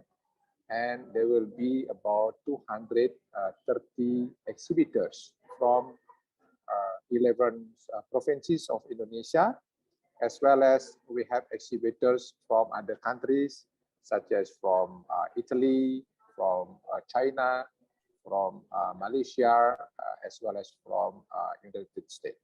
So hopefully for next year event, all of you able to join with BBTN. Thank you very much. Thank you for that. I'm sure, Jürgen, that will be something that you can advertise on WTN. I'm not sure whether you're in contact with that. Sounds like something to do. Right. Anybody else from the panel here? Otherwise. Yes. Good morning again, Birgitta. And I would like to thank you for your moderation and Mr. Sultani for organizing this great webinar. And I want to thank all the responsible persons from Bali Tourism Promotion Board. It was really informative. I only have suggestions. What Mr. Jürgen said is absolutely right. Bali is a luxury product. It's a niche market. We here in Saudi Arabia, you know, we had a VIP travel club, and our King Salman visited Bali during the visit to Malaysia and Indonesia. And a lot of people are, you know, excited to visit Bali, but actually there is not enough information with the travel agent in Saudi Arabia. And I have a suggestion. Usually during Hajj flight, a lot of pilgrims, they come the biggest from Indonesia, about 240,000. The flight go empty. Then this could be packaged with Bali and other destinations in Indonesia. And I think there will be a very big market. But what I suggest here, perhaps with Mr. Jürgen, he invited me to come to the event in September. As I said, we are organizing the Islamic tourism event in KL from 13 to 15. So perhaps this would be a good event to participate. But even when I heard now there is a travel fair on the 16th of June, I think we can organize a webinar with our local travel agent, and then they would like to see destination marketing or inbound operator and their packages, and that could be promoted via webinar. Later on, we can to do some workshop and roadshow throughout Saudi Arabia. Thank you so much for a great presentation. Wish you all the best. Thank you, Saeed, for your comments there. And I couldn't agree more. Again, actually, Bali and Indonesia is a beautiful country for everybody to come. I know I was there about 4 years ago meeting my Emirati family. They came from Dubai, I came from Australia, and we met in Bali in Jakarta, and we had a wonderful time.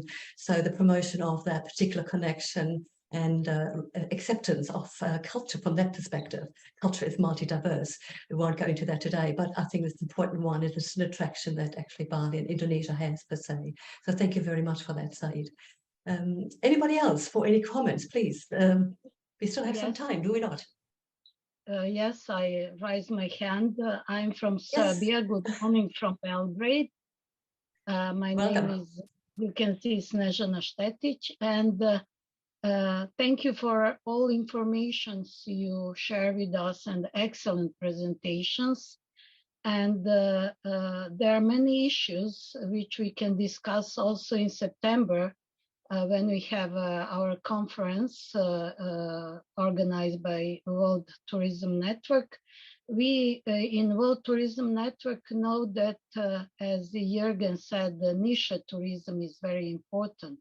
Special forms of tourism we know are very important for the future of tourism.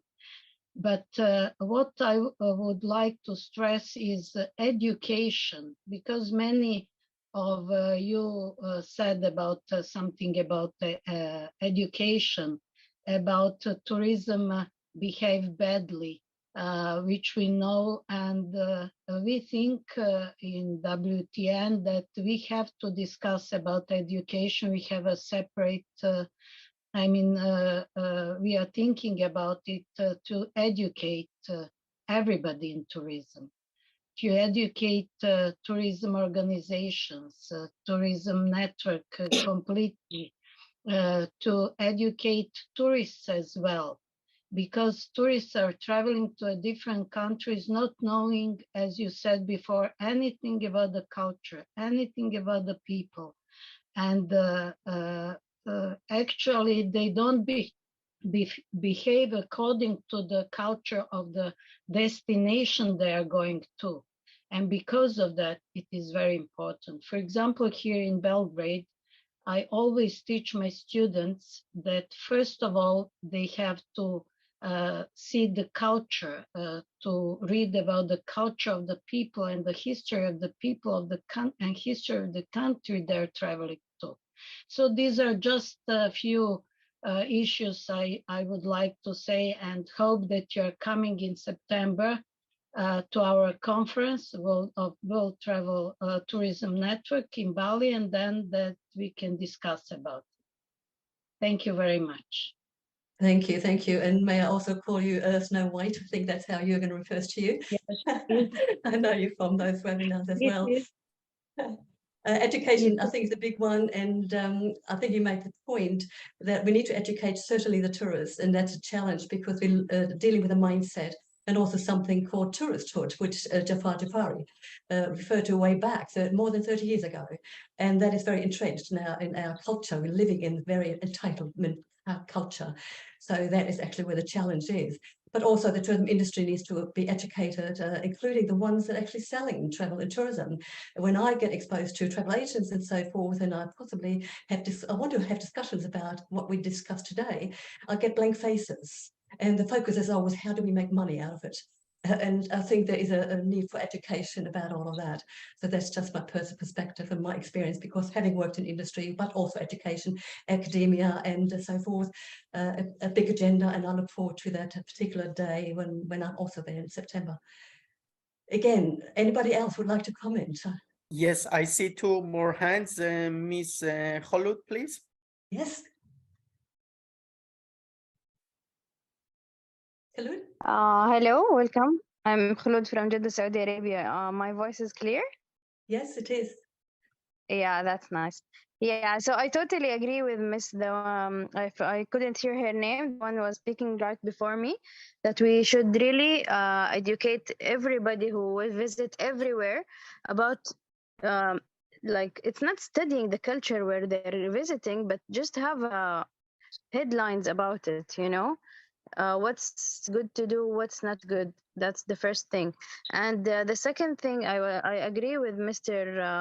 I think Muhammad from Saudi Arabia, that like, if we don't have time to manage visiting in the next 2 weeks, so I agree if you can make something for us, like in the online or something like this webinar. It's so nice, and it connects us from all around the world, and it's easier for us to be with you guys. Thank you. Kholoud, just to correct, my name is not Muhammad. RHH or Raid Habis. And you are in my group, Best Tour Guides. Okay, yeah.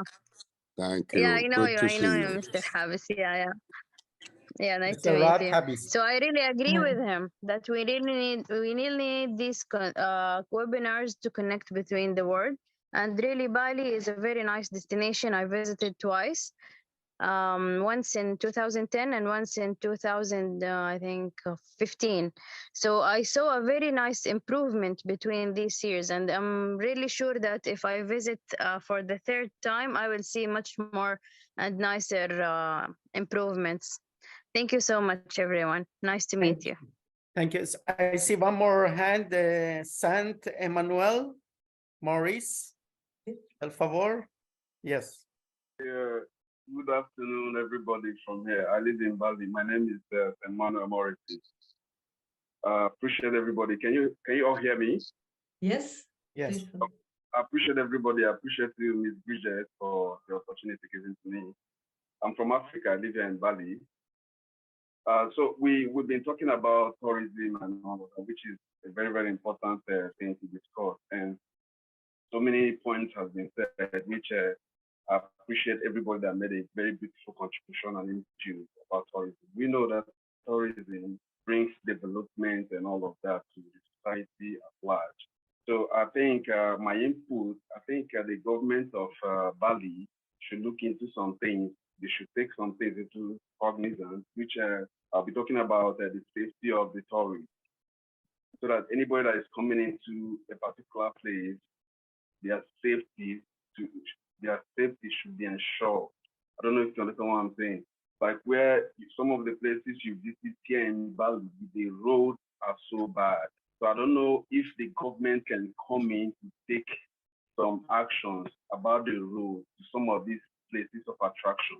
Like if you've been visiting some of the islands outside Bali, outside the city of Bali, like the Nusa Penida and other places, their roads are so tiny, the roads are so bad that we have so many times you experience casualties on the road. So I'm just suggesting that if the government can come in, the tourism is bringing development and money or something is coming out of it. So if the government can come in to take care or consider making this road accessible, so that when the tourists are coming, their safety will be ensured and they will go back with a testimony to come back again for the second time. You understand what I'm saying? So, and then they see ports too. Sometimes you hear of casualties or you see videos of casualties of people traveling to an island using a smaller boat and their boat is capsizing and all of that, thinking just in the middle of the sea.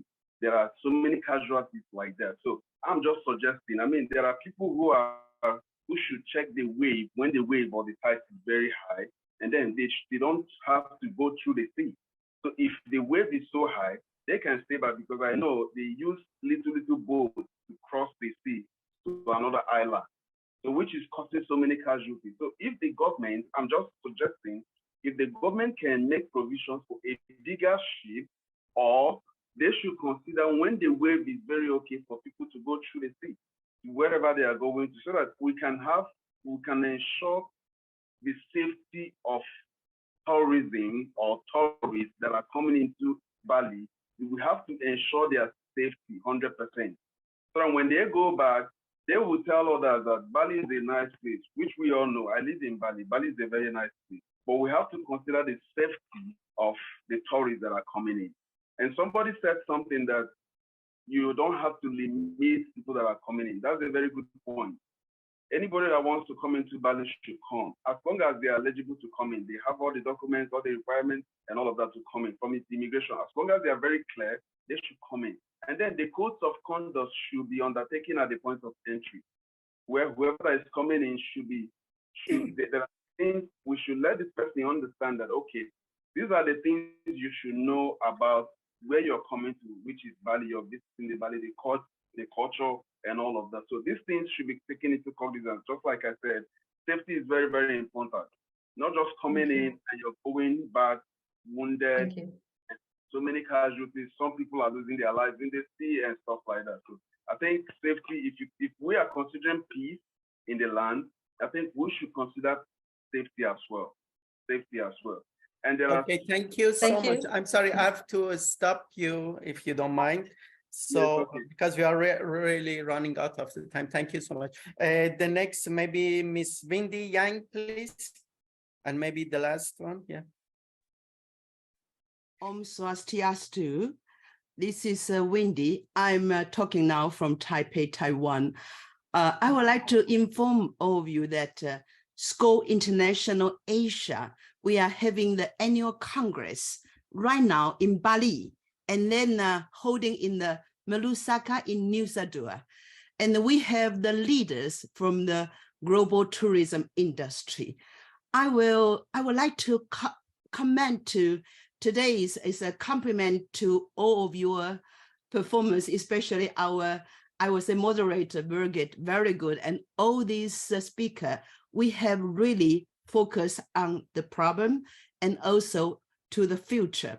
And as tomorrow will be the General Assembly of our SCO Asia Congress. So I think maybe some of you, I know Stegen Jürgen is our colleague. I hope you can also join, maybe online as well. This is, I think, very important organization in the tourism industry. So I hope that you will make very good use of it. And then surely we have a lot of travel agents, very powerful tour operator, will bring in many, many positive tourists into Bali. Om Shanti, Shanti, Shanti. Om.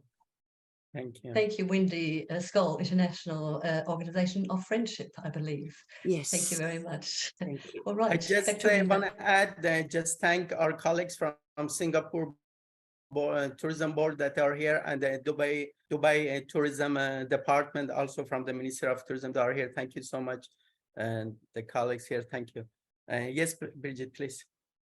I think, as you just mentioned before, we are running out of time, and we might have to call in Dr. Ecker, please, again, to conclude the session for today, and perhaps run another one another time.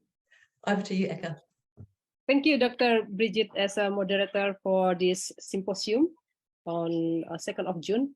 And now I would like to conclude of our symposium. I think our note here about the 20, but I'm sure that Dr. Gusde and Mr. Putu already take note for all of the input and ideas from participants and speakers. And as we know, Pak Gusde as an expert of tourism for Bali Governor, and Pak Putu as the chairman of ASITA, and already mentioned about the event in Bali, Bali and Beyond Travel Fair.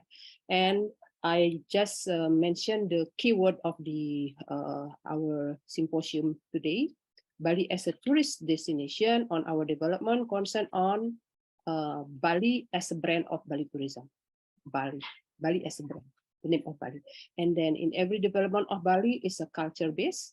And next, sustainable tourism destination, we talk about the issues on carrying capacity, land use problem, the behavior tourist lack of the Balinese culture, transportation model not support yet to all tourists, and about the land use planning.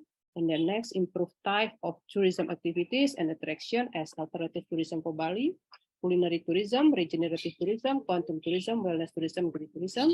And then crave partnership and network, not focused to over tourism, but we are focused to quality tourism with all stakeholders support.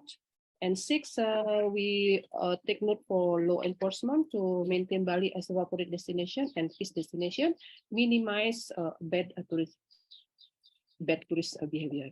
And 7, SMAs for small niche market. It is a big opportunities for Bali to maintain our economic in Bali. And number 8, as a small island with a green growth 2050, as Bali roadmap of tourism, still based on Trihita Karana concept. And 9, Bali is open for international market with the uniqueness and attraction, with the international standard of services, and then we implement all of them with the excellent services to tourism industries who come to Bali. And then 10, Mr. Lippman mentioned about a plan B for the climate change in Bali. And then 11, from Dubai, we take note that we need a promotion connection between Bali and Dubai. And last, tourism education, to educate everybody in tourism sector. I think there are a lot of the input and ideas which already shared at the chat room. And I think this symposium already been recorded, yeah, and then we can share to participants in the next days.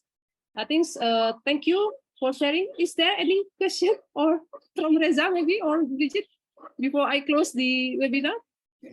Well, we have recorded, and the recording will be edited, and from tomorrow will be on our website, tourismwebinar.com, including all the PowerPoints and the profile of all the speakers. And so you can go and see, and you can also contact any speakers if you want. Okay. I'd just like to conclude. I've just been looking through everybody present, and thank you very, very much for everybody around the world tuning in. Fantastic. Perhaps a last word to Taleb, if you would like to say something to on the way out. Okay. I think Reza? all was said. Thank you so much, Bridget. Thank you. What a pleasure. Okay, that's it. I think we shall say And goodbye. I like to thank Bridget for her hard work. She has done a lot also behind the scan, and Dr. Eka as well, and of course, Dr. Taleb Rafai. Steve Knox is not here. Professor Steve Knox, thank you so much, but he helped, and he's traveling now in mountains in near Jakarta, he told me, so he didn't have a good internet. And Peter Simon, he had a bad connections. He's in Nepal, and of course, Jürgen, our good friend, and Mr. Noel Scott, who is traveling now in Portugal early morning. Thank you so much, Scott. You're always with us. Thank you. So thank you. Thank you, Bridget. So if you want to finish, you want to say something? Well, again, just been my pleasure, and to be part of Tourism Webinar once again. I've been part of this on various occasions, and again, I actually will be a part of that particular next webinar, which is very, again, something that I've addressed in my book. It's about tourist behaviour, and I spoke about to Reza about that about 6 weeks ago, and said perhaps we should run this, and of course now it's in the news everywhere. So it's about good timing, isn't it? Let's do that, and we all look forward to seeing you there next week in 6 days. Thank you very much for that. Thank you so much. Thank you. Bye. Bye-bye, everybody. Thank you. From Melbourne. Thank you. Bye-bye. Thank you, Noel. See Thank you. you. I In know you was Bali. very busy. We will. Catch you sometime, Noel. Thank you, Jürgen. Thank you, guys. Thank you, everyone. Thank you. Enjoy your staying in Yeah, Mumbai. you're going to stay well too. And of course, Tyler, everybody else. Taleb, Best good of health seeing and you. peace. Thank you. Thank you.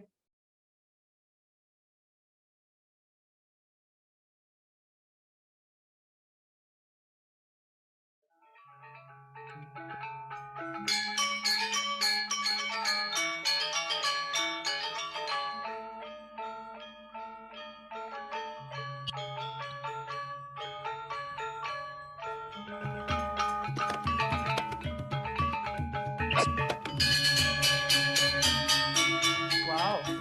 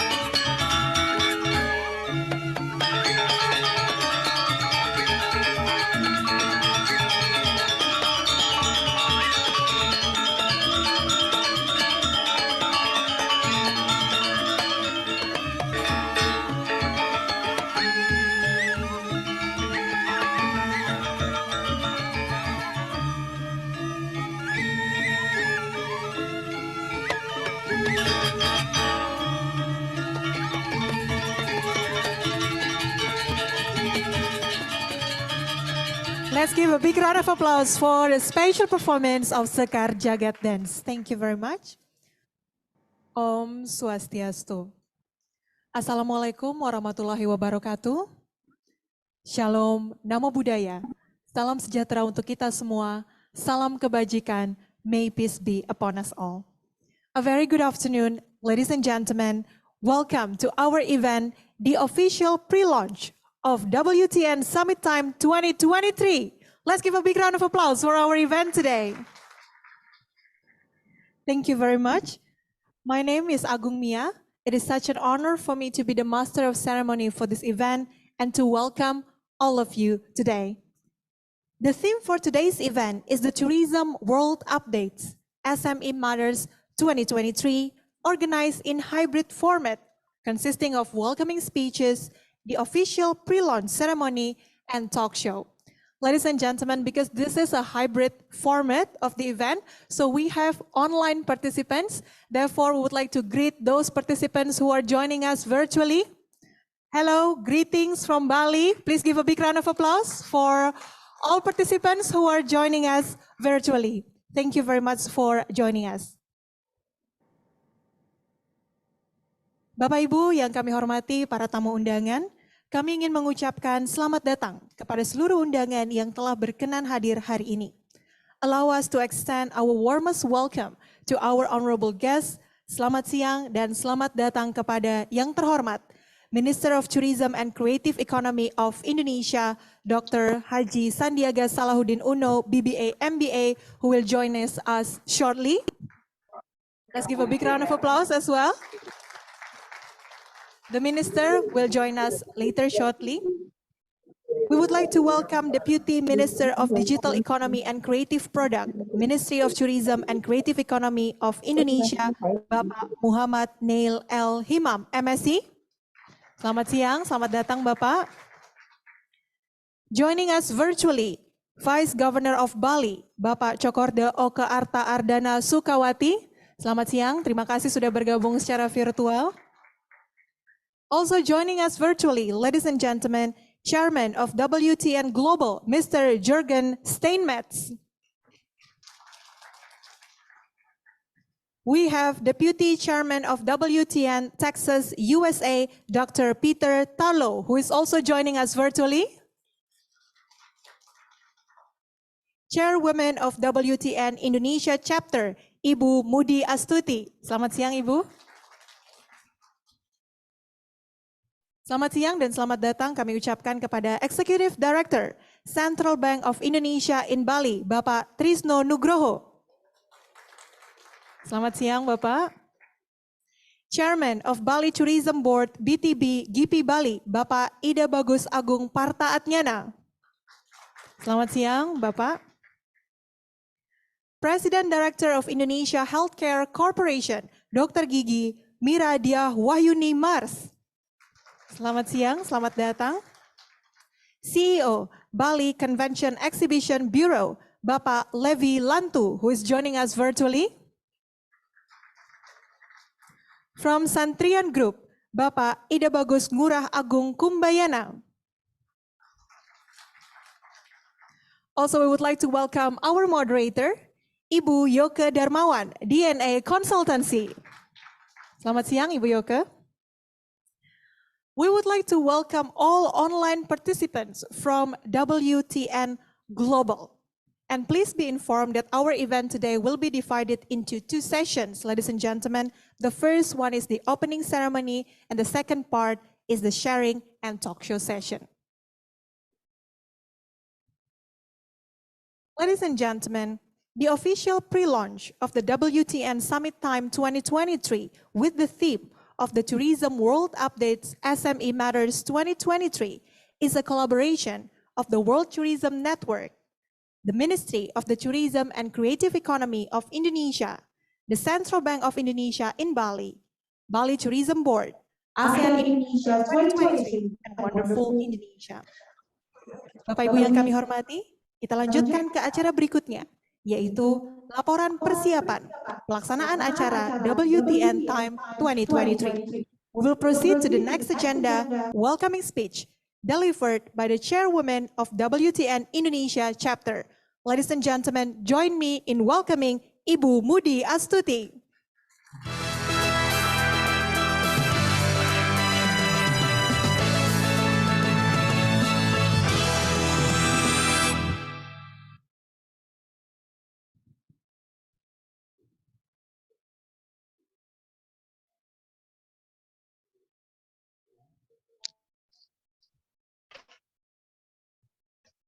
I'm sorry, we cannot hear Moody.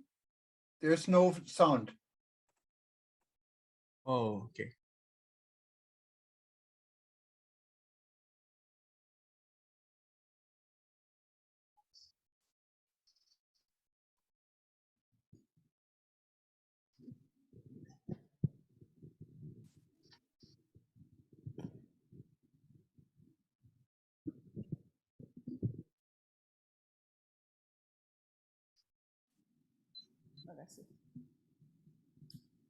Yeah.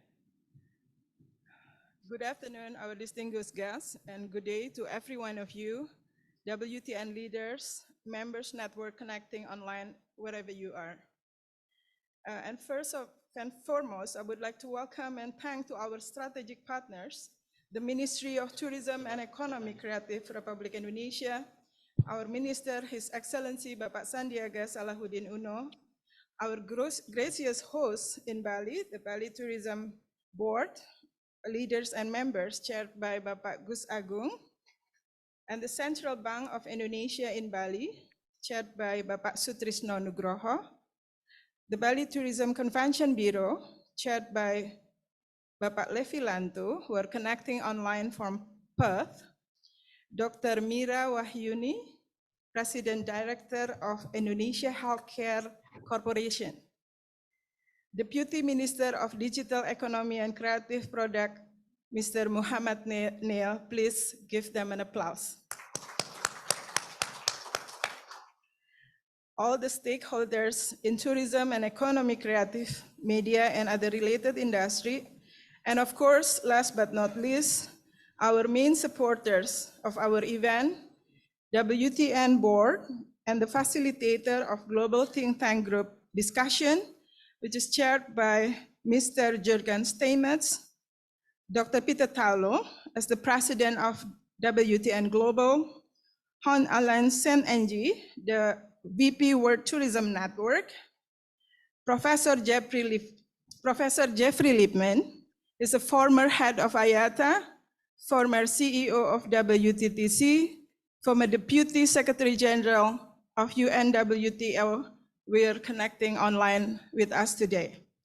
I'm delighted and excited to be here to update the further progress of WTN Summit Time 2023 preparation, which will be organized in September 28th to the 1st of October 2023 at the Renaissance Spa Resort Uluwatu, Bali.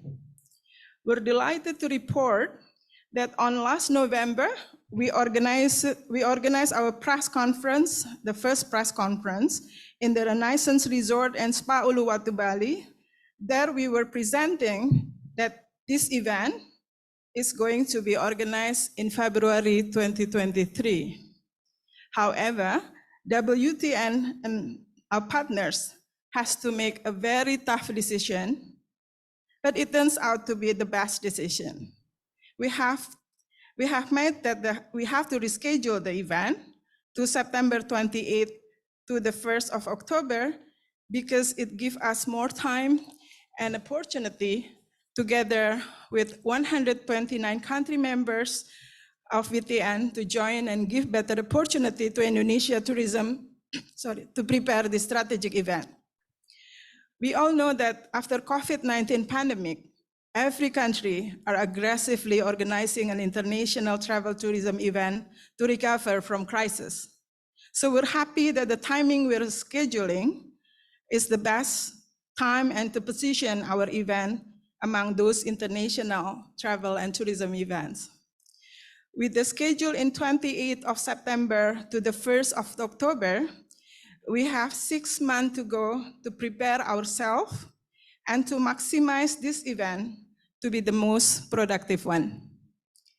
I hope we all know that WTN is a global organization that focusing to support small, medium enterprises in tourism, which is according to WTTC, World Travel Tourism Council, that the total number of SME tourism worldwide is 86% out of the global travel tourism industry worldwide.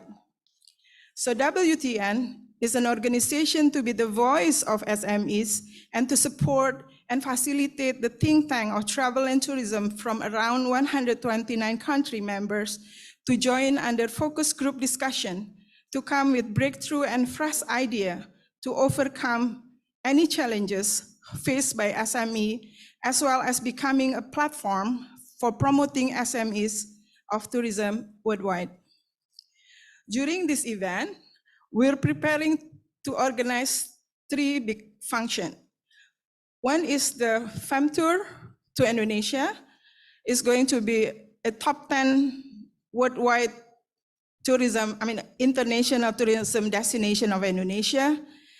I believe our minister will also mention and elaborate further. 2 is the session for B2B or B2G among tourism board around the globe to interact and meet with suppliers from across the globe. Think tank group discussion, we bring 4 global strategic issues.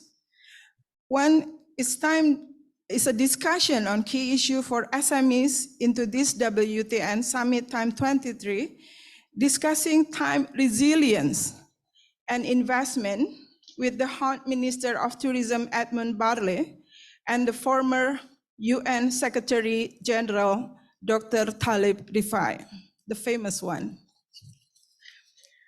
The second time discussion on key issues and challenges of climate change related to sustainable tourism goal, led by Professor Jeffrey Lippman. I have mentioned that is the former head of IATA, former CEO of WTTC, and the former Deputy Secretary General for UNWTO. The third strategic discussion is going to be a discussion on medical health tourism, a global opportunity, the trend, and how to generate new revenue stream by the expert of medical tourism worldwide.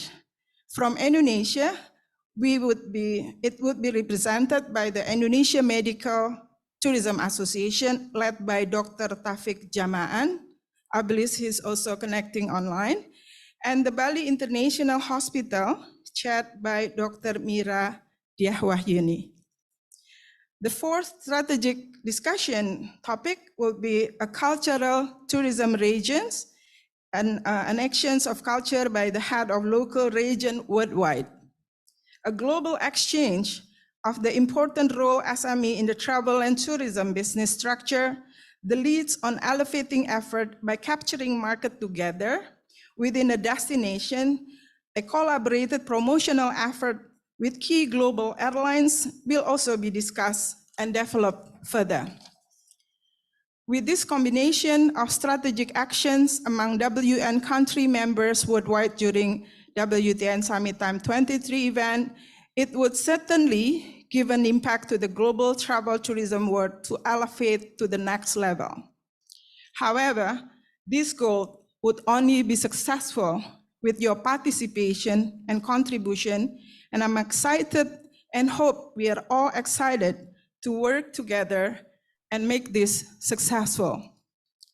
At last, I would like to express my utmost gratitude on behalf of WTN organization to be able to work with Bali Tourism Board and the Ministry of Tourism and Economic Creative Republic Indonesia to bring peace and unity as the only way for tourism prosperity. Thank you.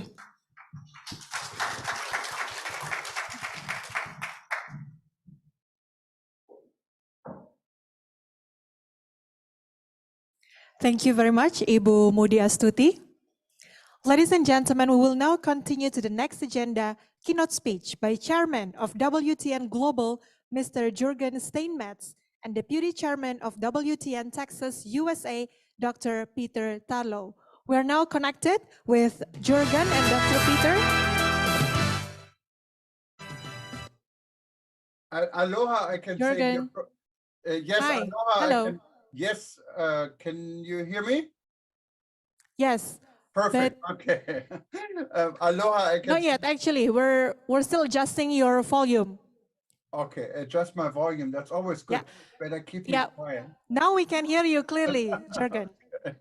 All right. Okay. I was saying aloha, like we say here in Hawaii, and welcome everybody. And I'm very honored to have His Excellency, the Minister of Tourism and Creative Economy, Mr. Santiago Uno, here.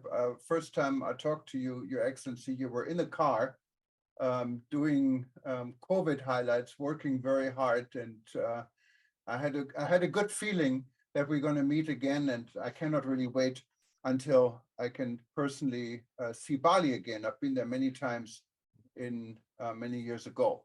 I wanted to recognize also Dr. Taleb Rifai, who's fading in and out. He must have some technical issues, but I'm sure he's relating his greetings to everyone. And of course, I wanted to recognize all our sponsors and partners in Bali, almost too many to mention, specifically, of course, our main partner, the Bali Tourism Board.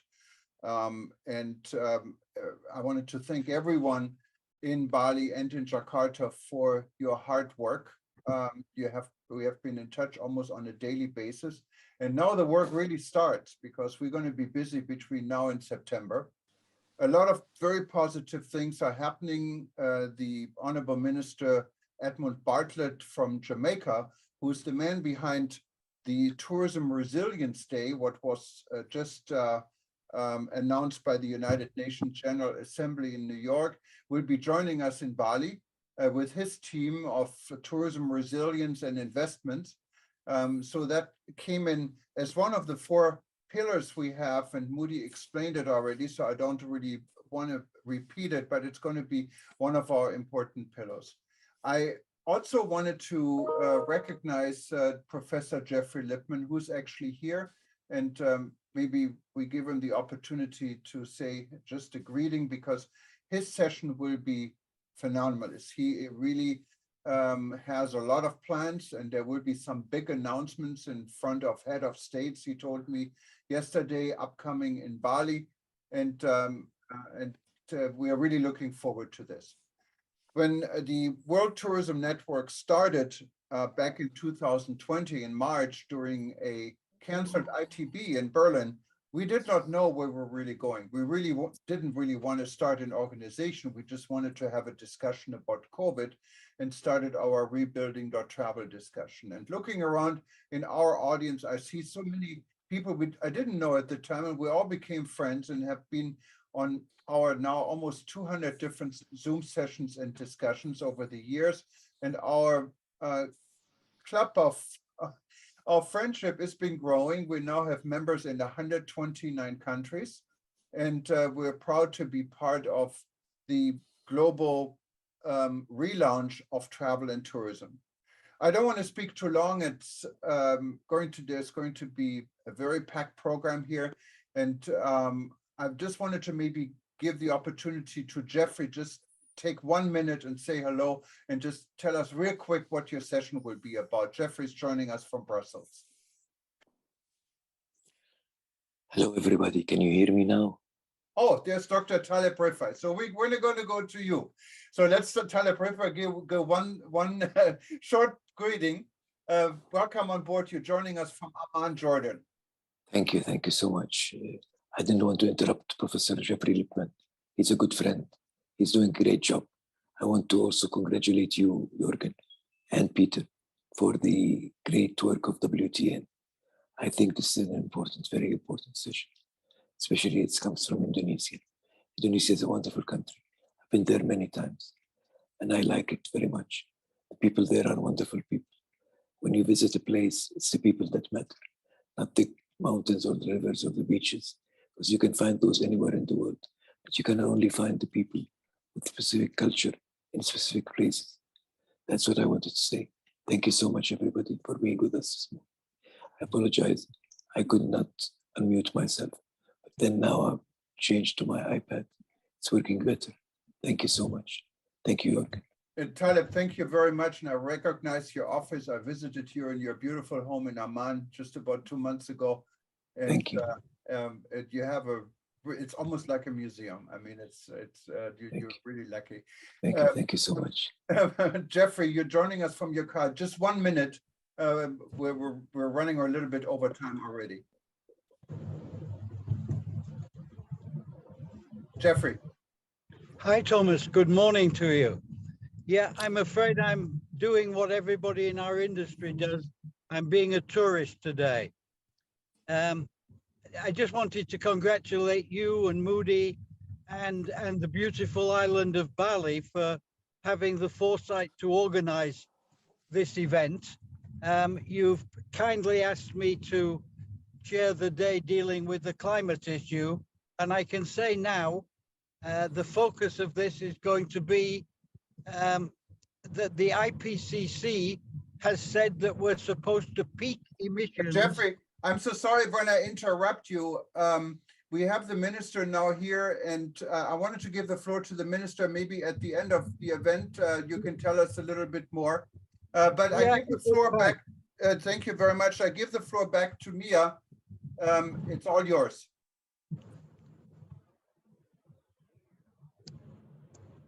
Bali. Thank you very much.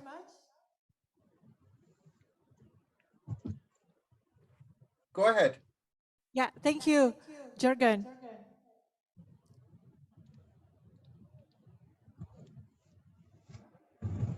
I believe that you still have time to continue. Oh, okay. I got a message here that the Honorable Minister wanted to come in. So I will let you know. Okay, no problem. So Jeffrey, continue real quick if you can about your event and the announcement you're about to make in Doha. Yeah, absolutely. And it's very relevant to the role of the World Tourism Network, Thomas, because in Doha, there is going to be a summit for the least developed countries and the small island developing states. This is called LDC 5. It's at the beginning of March, and Sunex Malta will be making a major announcement there. They have a provision for quote announcements. It will be in partnership with WTN, and we will be introducing a global climate-friendly travel network for the least developed countries and putting a strong climate champion to lead that network in each of the countries and in the small island developing states. And we're very much looking forward to working with WTN and to bringing that also to the Bali event, where it will be the focal point of our discussions. And I'll finish with just one major point, Thomas. The IPCC, which you know provides the global science on climate, which is the existential issue for the human race, has said that we not only have to get to net zero in 2050 and half our emissions by 2030, but that we have to peak the emissions in 2025. And nowhere has this been discussed in the tourism sector. And our goal at WTN in Bali will be to have a frank and honest discussion about how can we put a plan B together? What if the intense weather, the fires, the climate refugees really does get worse and worse and worse, and we have to change everything on the planet to accommodate that? Where will tourism be? And that we are going to discuss for the first time in a major public event at WTN in Bali. So happy to be with you. Sorry it's a bit peculiar in a taxi, but thank you anyhow for letting me participate. I shall be like Taleb, I'm watching this on my phone. I've just finished by saying hi to Taleb. It's always good to see you. And look forward to the rest of the day, Thomas. Thank you. Yeah, thank you very much. And I think I'm going to pass on to Peter. Just really a quick, Jeffrey, tell us just one word about the study you actually did on climate change for Bali. What is quite relevant for our audience and our media in Indonesia? Well, this was done in 2010. It was done with the support of the then Minister of Tourism, our friend Gerd Ardika, the late Gerd Ardika, and together with Victoria University in Australia, we did a major study looking at a green growth future for Bali. We also worked with Agung, with the university in Bali, and with many, many friends in Bali at the time. Thank you very much, Mr. Jurgen Steinmetz and also Dr. Peter Tarlo.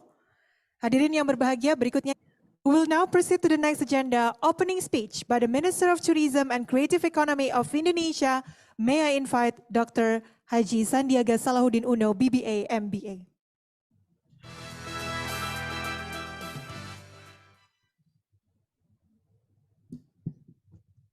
Om Swastiastu. Bismillahirrahmanirrahim. Assalamualaikum warahmatullahi wabarakatuh. Salam sejahtera bagi kita semua. Selamat sore, shalom. Namo Buddhaya, salam kebajikan. Warm greetings from the island of the gods, Bali, Indonesia, the most beautiful island in the world, and welcome to wonderful Indonesia. I would like to thank the invitations by Mr. Jurgen Thomas Steinmetz, Danke schön, Chairman of the World Tourism Network Global. I got your email today asking me whether I want to listen to the speech by Minister of Tourism and Creative Economy of Indonesia. And I replied, yes, I would like to listen to myself. Peter Lipman, thank you very much. And for declaring also that everybody here is a tourism minister. So congratulations, all of you are now tourism ministers.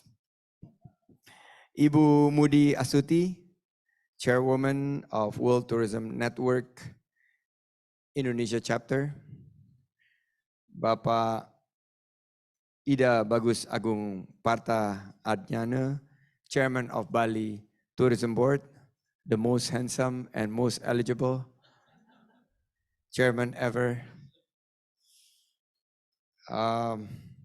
Also, my dear colleagues from Central Bank of Indonesia, Denpasar branch, thank you very much for gracing our event here, and hopefully you could share the latest economic data from Central Bank, how the recovery is progressing. Thank you very much.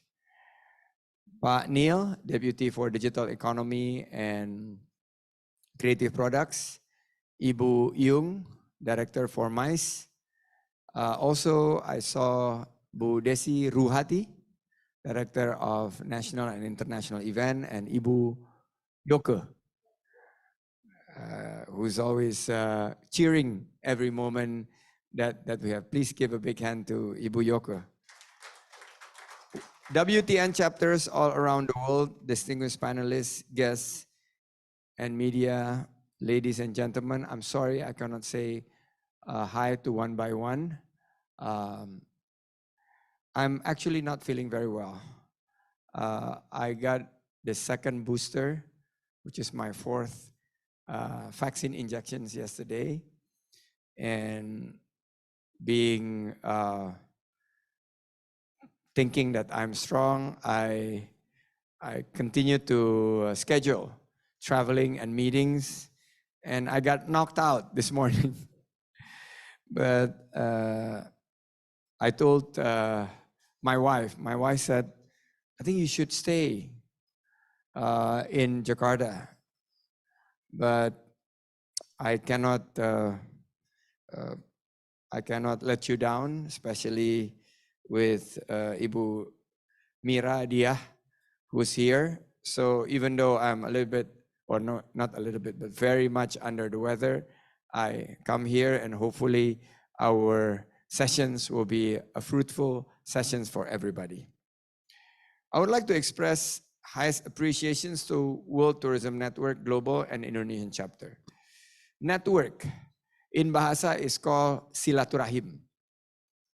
And silaturahim always yields to long life and a lot of prosperity. We believe network is key. And I want to ask Jurgen and Ibu Mudi, how many times during the pandemic that you have network? I think we were getting close to 200. Every day. Every day. That's why, because you network every day with Jurgen and everybody here, network, we are granted a much speedier recovery and a stronger recovery that is certainly better. Please give a big applause for everybody. This World Tourism Network Think Tank and Summit Time 2023 is actually leading event for the inaugural summit that will take place at Renaissance Bali Uluwatu Resort and Spa from 29 September to 1st of October 2023. I was told by my driver that the economy is starting to recover, correct? You feel the recovery already? Astungkara. And G20 presidency was the start, and this global leader and mediator of President Jokowi in envisioning and safeguarding the recovery with the theme of recover together and recover stronger, certainly have been so unique and strategic for the tourism industry. We are seeing that Indonesia's ranking in the WEF, World Economic Forum Travel and Tourism Development Index, moved 12 ranks from 2021 of 44. We are now number 32. And this is actually ahead of our friendly neighbor of Malaysia, Thailand, Vietnam, and the Philippines. I just completed the ASEAN Tourism Forum in Yogyakarta, whereby we exchange how do we recover together, recover stronger, but also focusing on quality and sustainability. Forbes Most Beautiful Countries 2022 also been given to Indonesia, and Club Med's Happiest Holiday Destinations 2022 has been given to Bali. However, the recovery is not felt across Indonesia on equitable fashion. SMEs, which is the large part of the tourism business, have not fully recovered.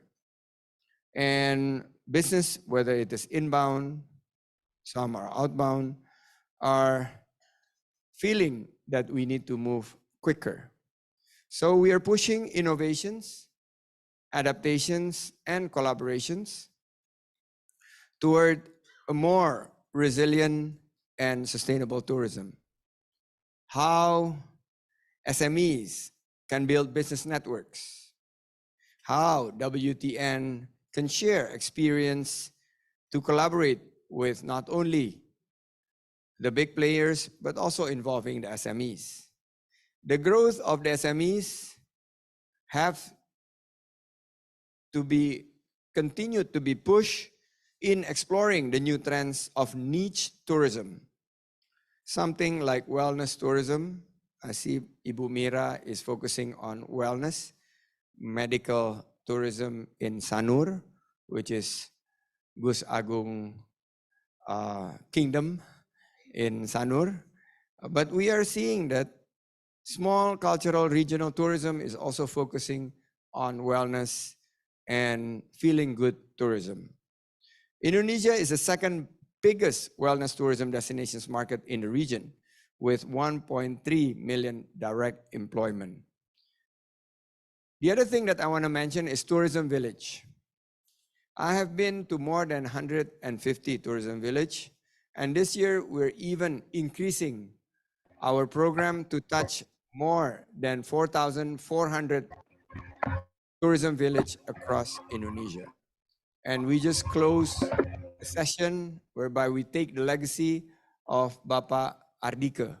The late Bapak Ardika have been pioneering in how this tourism village have been able to increase prosperity and also playing a significant role in terms of recognizing worldwide to preserve livelihood, natural resources, cultural heritage, meditative cures, jamu, and traditional herbal remedies. I would like to invite the buyers that are connected through WTN to attend the event in September 2023. Are you ready? This is a great opportunity to strengthen our public-private partnership in order to foster investment in sustainable travel and infrastructure, training and building human capacity for inclusive yet resilient and sustainable tourism. Patrice, maybe we can also involve the central bank, because Tourism Village is also benefiting from the program that the Bali chapter of the central bank have pushed, which is a tourism village Ekasari in Jembrana. In closing, I humbly announce, after so many collaborations, efforts, and continue concrete actions, now I humbly announce the start of the WTN Summit time. Boom. Oh, here. Thank you very much. Let me call with Parama Santi. Om Santi Santi Santi Om. Wabillahi taufiq walidayah. Wassalamualaikum warahmatullahi wabarakatuh. Terima kasih Bapak Menteri, mohon tetap berada di tempat. Ladies and gentlemen, we will now proceed to marking the opening of the official pre-launch of WTN Summit Time 2023 registration by sounding the gong 3 times, accompanied by Deputy Minister of Digital Economy and Creative Product, Ministry of Tourism and Creative Economy Indonesia, Chairwoman of WTN Indonesia Chapter, Ibu Mudi Astuti, Executive Director, Central Bank of Indonesia in Bali, Bapak Trisno Nugroho, Chairman of Bali Tourism Board, Bapak Ide Bagus Agung Partaatnyana, President Director of Indonesia Healthcare Corporation, Dr. Gigi Mira Dia Wahyuni Mars, and from Santrian Group, Bapak Ide Bagus Ngurah Agung Kumbayana. Ladies and gentlemen, let's give a big round of applause.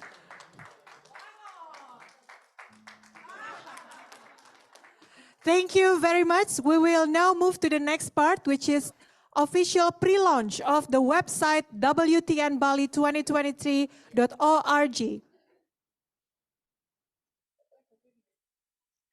Let's take a picture on my count of 3.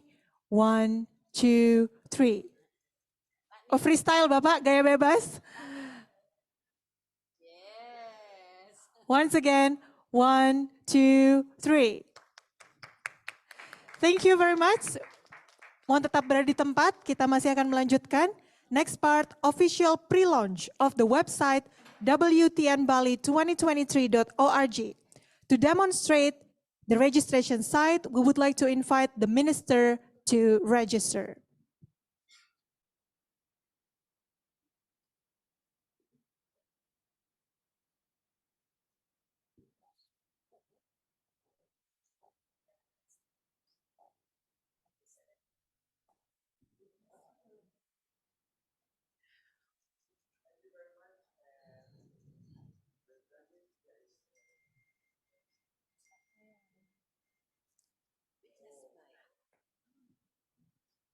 Witnessed by everyone on the stage.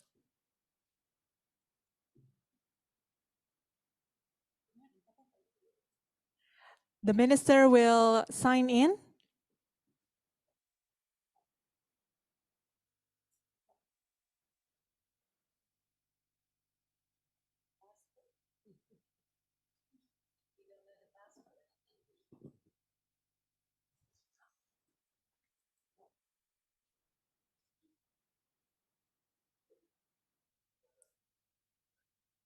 For the password,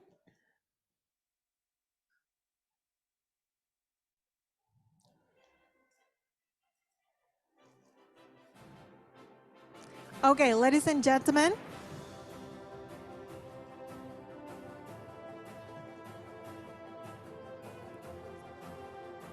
Okay, this is the official pre-launch of the website WTNBali2023.org. Yes, it works.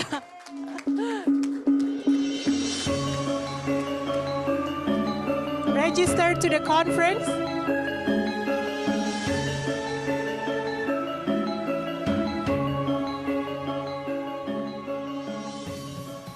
Ladies and gentlemen, we would like to invite all participants to also register on the website WTNBali2023.org. Let's give a big round of applause. Next part is MOU signing between WTN and Bali Tourism Board. The MOU will be signed by the WTN Indonesia chapter and chairman of Bali Tourism Board, witnessed by the Minister of Tourism and Creative Economy. The MOU is the commitment to host the WTN Summit Time 2023 event 29th of September until the 1st of November 2023 in Bali, Indonesia.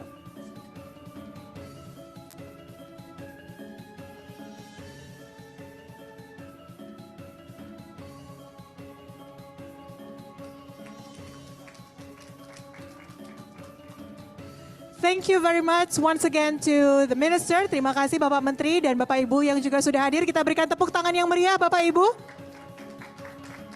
Ladies and gentlemen, that is the official pre-launch of the World Tourism Network Time 2023. Those who are joining us virtually also can see the ceremonial process. Once again, thank you very much.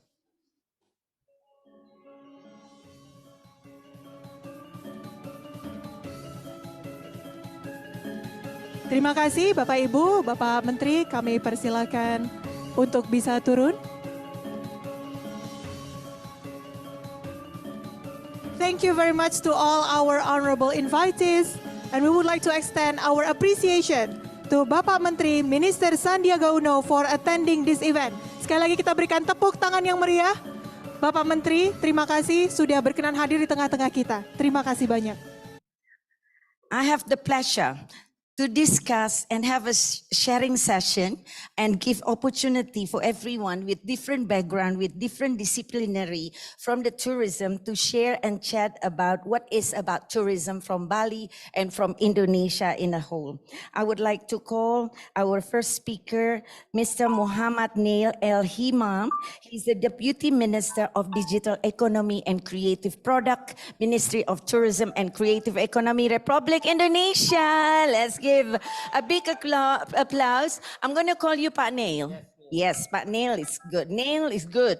Okay, next, the second one, our dear Pak Trisno Nugroho. Oops, he's disappearing from the room, but somebody can help me to find Trisno Nugroho. He's the Executive Director, Bali Head Branch of Bank Indonesia, the Central Bank of Indonesia.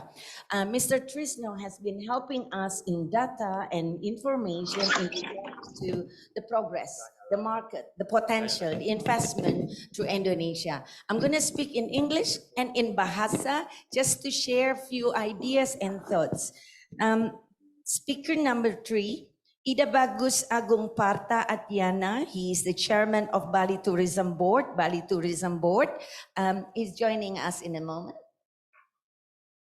Oh, okay. There is still a discussion with the minister. They will join us. It's end up just 2 of us. This is like a wedding ceremony kind of thing, you know.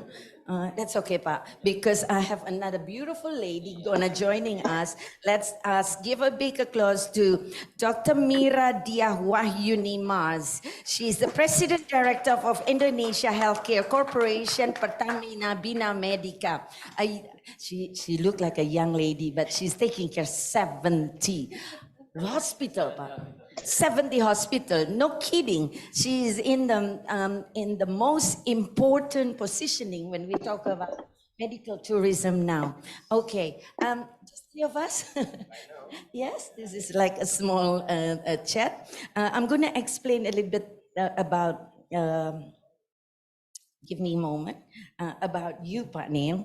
Nail is joining the Ministry of Tourism and Economy Creative in 2020 as the Director of Application and Digital Economy Management. A tough job. It's totally what is needed at the moment. We talk about a career in the government, bringing his expertise in technology since 1989. Wah, now I can calculate your age, but never mind. Deputy of Bidang Economy Digital, Deputy of Economy Digital and Product Creative. What exactly is it, Papa? Directly to the question. Yes, Okay, like it is a question. Thank you so much, Miss Yoke. Miss Yoke. I'm sure either Mbak or Ibu. No. So like, to make myself young, then you can call me Yoke. just Yoke. Okay, thank you. The Deputy for Digital Economy and Creative Product is actually has the mandate to oversee 17 subsectors of creative economy. Wow. From application, games, film, music, culinary, crafts, fashion, to the content of radio and television and or digital content, basically.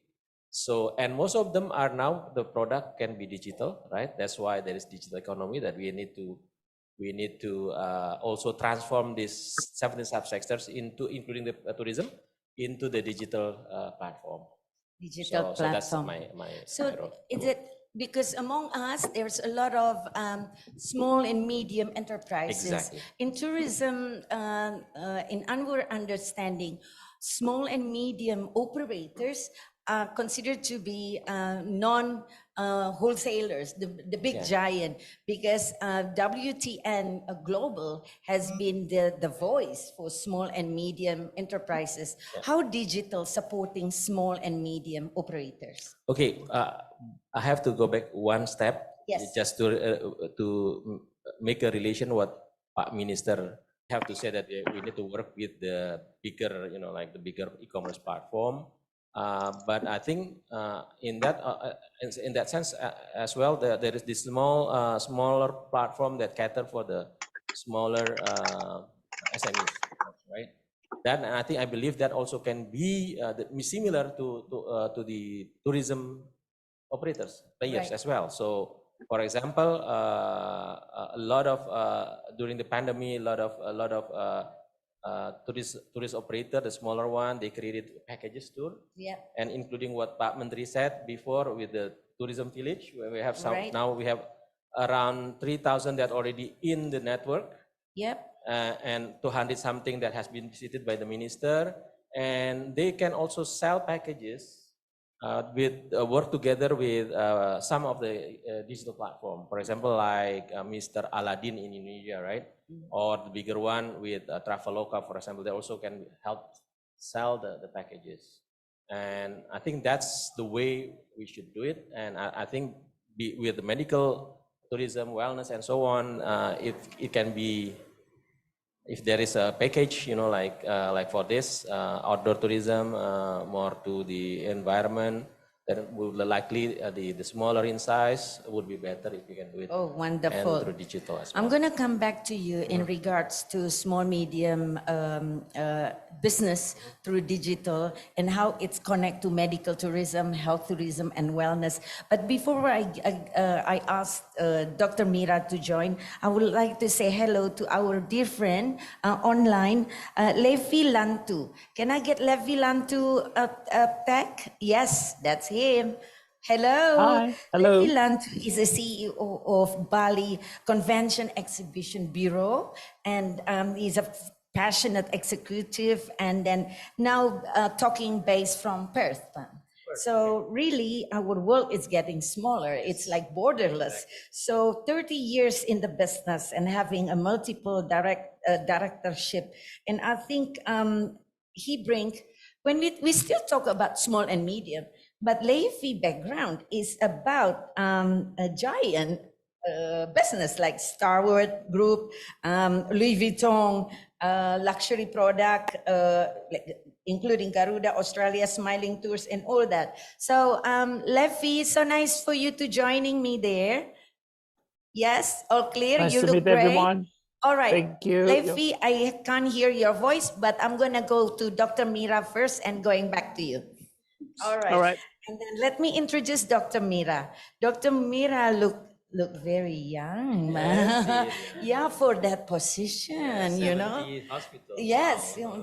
So as a chairwoman, Dr. Mira has a prestige state-owned hospital management and enterprises under her wing, managing hospitals and together with medical advisory board and team of specialists. That's correct, Dr. Mira, yeah?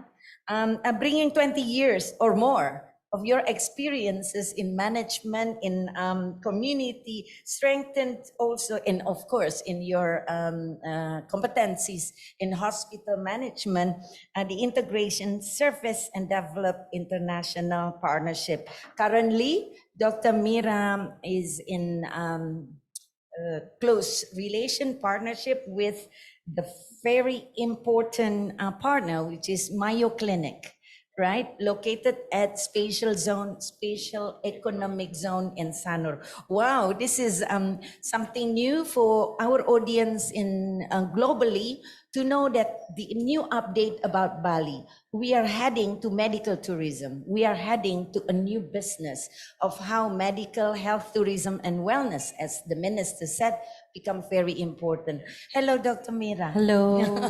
Hello, everybody. See, Dr. Mira, so what is the concept of Bali International Hospital? So we collaborate with Mayo Clinic USA for our advisor. So we hope that would be giving the trust for the community to go Absolutely. and also seek their health treatment to us. Our center of excellence is cardiologists, oncologists, Okay. neurologists, gastroenterolog, and the other, and orthopedics. But we also want to provide the best medical checkup for the people who seek to make anticipation Right. for their Absolutely. health condition. Right. So those centers of excellence require, it's like critical illness, right? It require big equipment, what do you call it, specialists, and state of the art, as you mentioned. And certainly this is a breakthrough about medical. Is that correct? Yes. Oh, wonderful. So that we don't need to Yeah. travel overseas. Now, even we can knock the doors to our friends, our colleague all over the world to consider Bali as a destination, not only for culture, but also for medical health and wellness. And we are also bringing the diaspora, especially Oh, the Indonesian physicians and healthcare workers to come to Indonesia. interesting. Yes, and then make Indonesia, propel Indonesia further as the preferred destination of the healthcare travel globally. Now, I like that. You know, like we were talking about recruiting diaspora, the Indonesian, orang-orang Indonesia yang fantastic and has been the star performance in all over the world, right? We have plenty, betul ya Pak? Ini diaspora kita satu nih, Levi. Levi diaspora kita nih tuh kan? Semangat. So, how do you see this? Digital will help to position Indonesia with such a product into the world. So WTN will be a key for us to bridge this message. Ya Pak? Peter and Jürgen. Yes, you can say hi for Peter too. Hi, Peter, Jürgen as well. Answering to that, I think I like what Peter has said, Yes. Actually, Indonesia is the perfect metaphor for WTN, right? Yes. We are comprised of thousands of islands, yet we are one nation. So I think with WTN, because Pak Menteri also said that this is like a networking is the key. Network is the key, silaturahim, collaboration, cooperation, and of course we can synergize as well, right? In that sense, during WTN, I think we can learn from each other. And I think one of the key, for example, if we would like to have this medical tourism excellence, we have to create it like the whole ecosystem. Yes. Not just the tools, not just the people, also, for example, the infrastructure has to be there. Even this is, I think one of the key that I think we have that probably few other countries has. The characteristic of cultural characteristics that we like to help people. Oh, I Right. love that. Yes. Dr. Mira mentioned last time, like Bali, Indonesia has this heart integrity from Exactly. that is already an asset. Exactly, that's an asset that I think we can capitalize in Absolutely. terms of making. I think we can speed up. Like if we want Bali to become the center of the health tourism, Yes. medical tourism, that is probably the perfect place to be. As well as I like what Dr. Mas said, we're trying to attract our diaspora, of course. Even though I don't know, you can pay them, as well. See, Yes. now Bu Mira said, then I think this is a perfect time. WTN will be the perfect time Absolutely, to share, to yes. announce. Yes. Yes, right. We give them the See. sweeteners to come. That's good. See? Right, to Bali. And so how do you see it, especially knowing that the Australian has a very privilege in terms of government benefits, but I can see that American market is a lot going to medical tourism, such to to Bangkok, right? Bangkok and Thailand and Korea now. So how do you see it as in Australia? Later on, I'm going to give it to Jürgen to comment on that. Okay. Okay. Yeah, can you hear me? We can hear Is the you. voice clear? Here, Okay, that's good. Yeah. So if you're looking at the perspective of the medical tourism, it's good that we have the infrastructure and facility ready in Bali.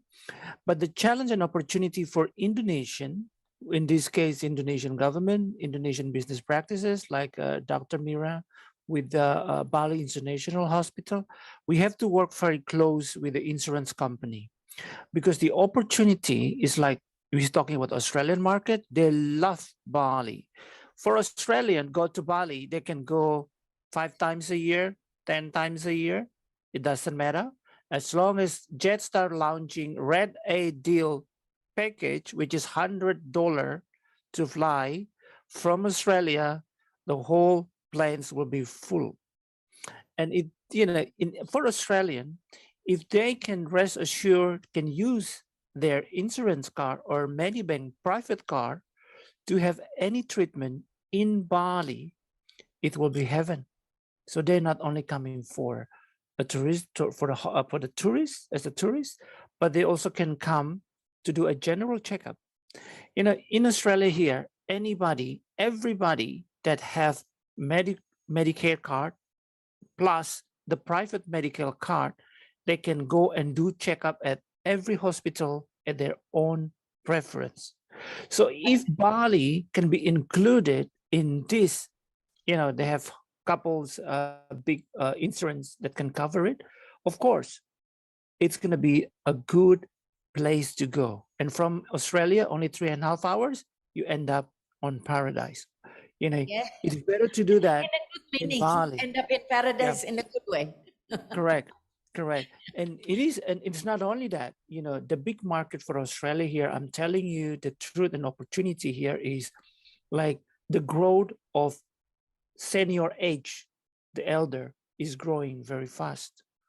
And as you know, government struggle to provide a home care for them, which is aged care. And for people that, you know, like, you know, if you're asking most of Australian how many times they've been in Bali, average from 10, 8 will say I've been minimum 2 or 3 times in Bali, minimum. But those that love Bali, they've been in Bali over 100 times.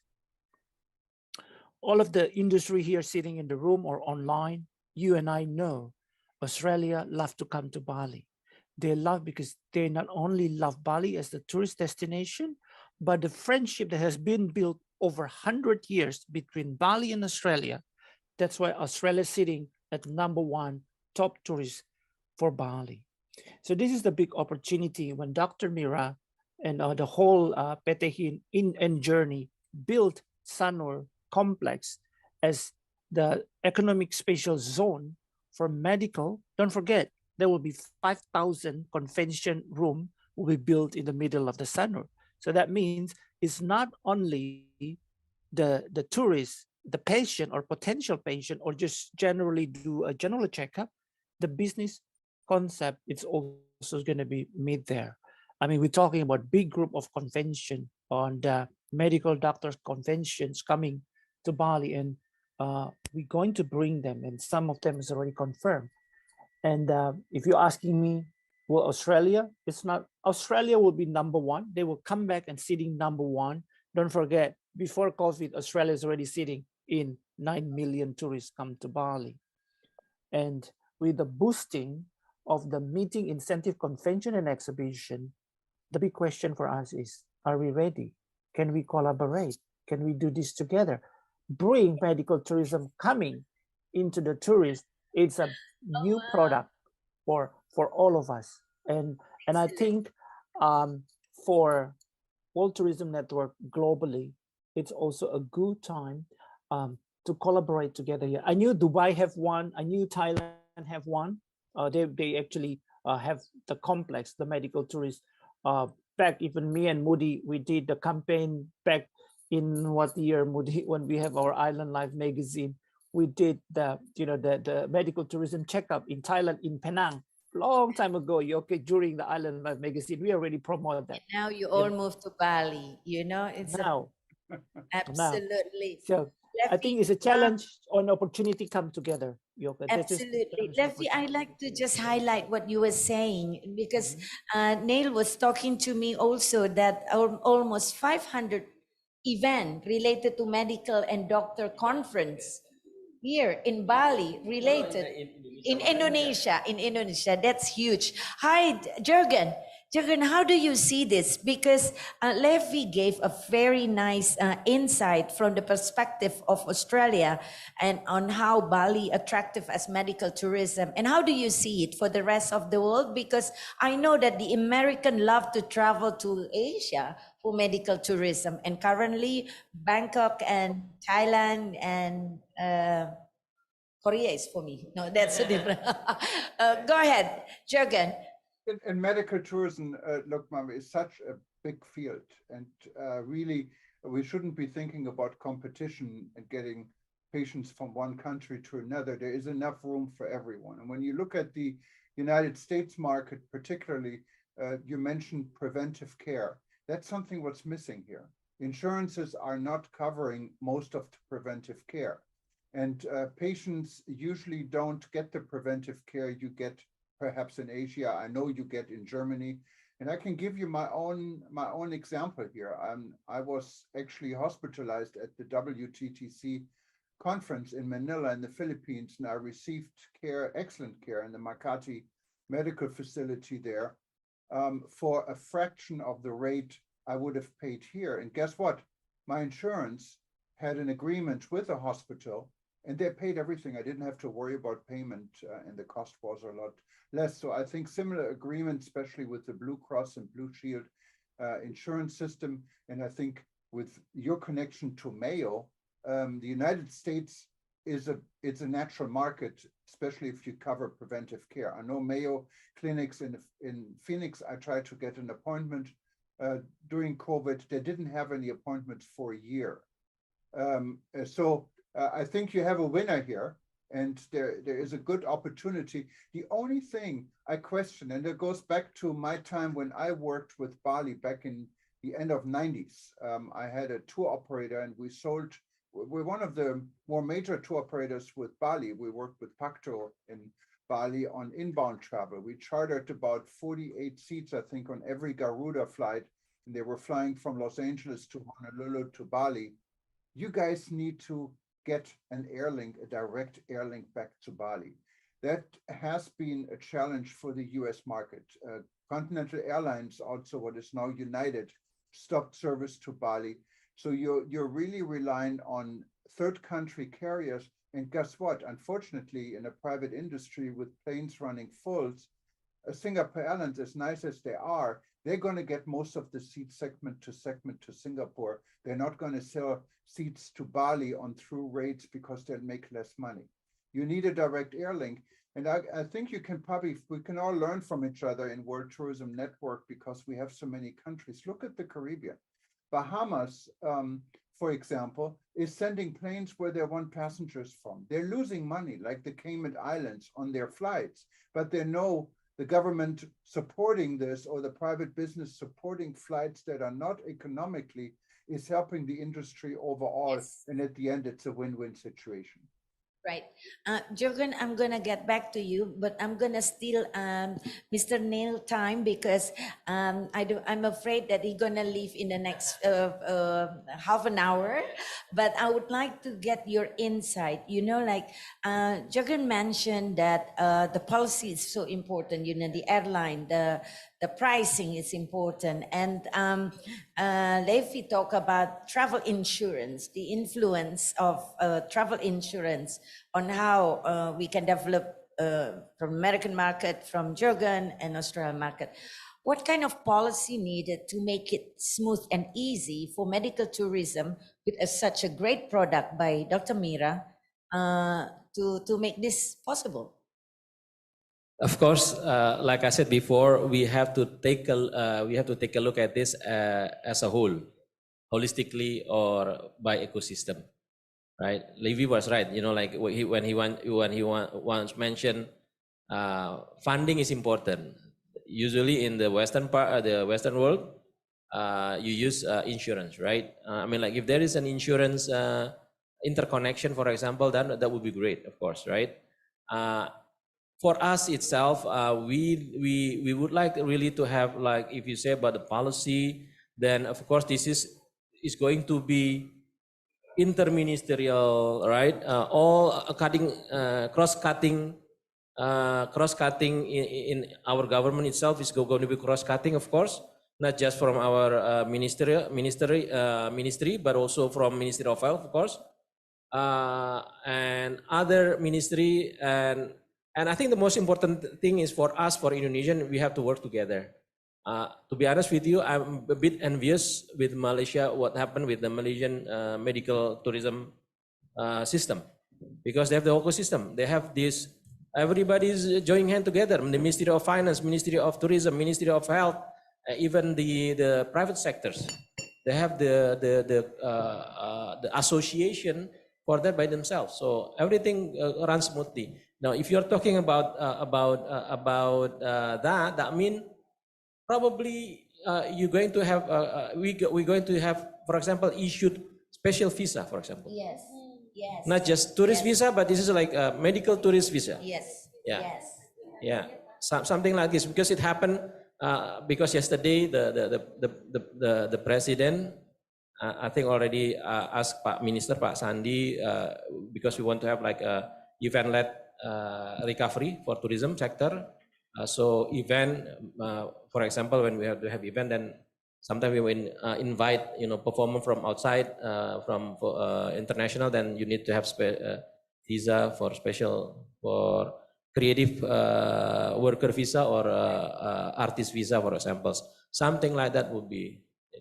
So it's going to be cross-cutting, Bu, Mbak Yoke. It's not going to be easy.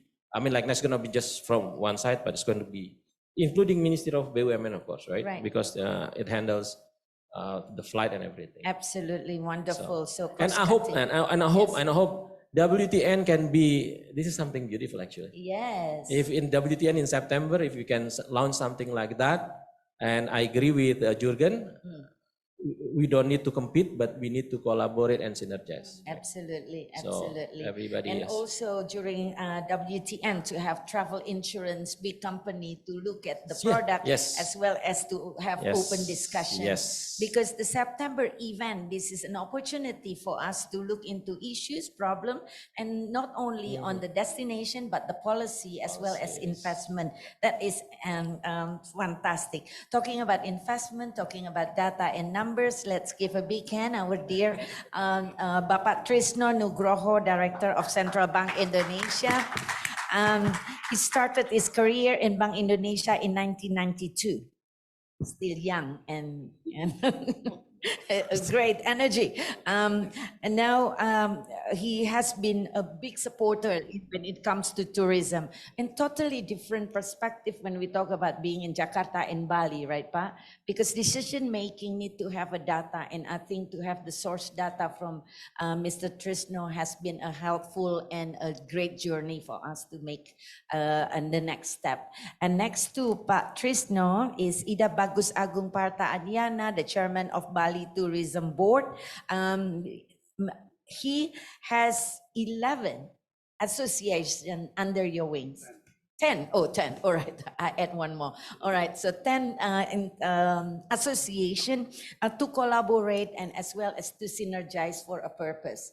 That is a big responsibility. But then when earlier we were talking about medical tourism visa. This is very interesting. You know, like imagine if that happened, medical tourism, it will be a new trend, a new bullets for us to fight. How do you see that, Pak Trisno? Yeah, thank you very much, Mbak Yoke. And before I begin my small explanation about Bali, and Mbak Yoke said about medical tourism in Bali, I think Pak Jokowi and our Minister of State-owned Company, Pak Erick Thohir, already pushed to Sanur zone economic zone economic area in Sanur, in special in health tourism.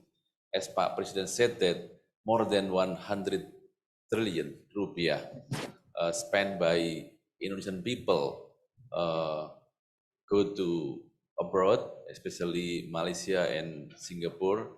Am I right? Yeah, but Miraya, if this can be held in Indonesia, especially in Bali, with there is a hospital with international capacity, I think 100 trillion rupiah is not gone to Malaysia, but can be go to Sanur.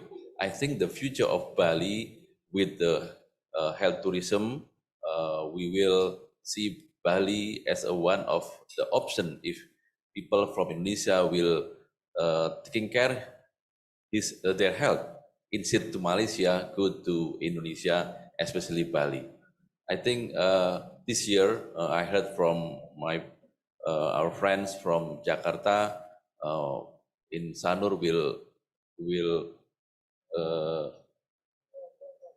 build hospital, and then August 17, 2023 will announce will launched by Pak Presiden or Pak Minister of State-owned Company.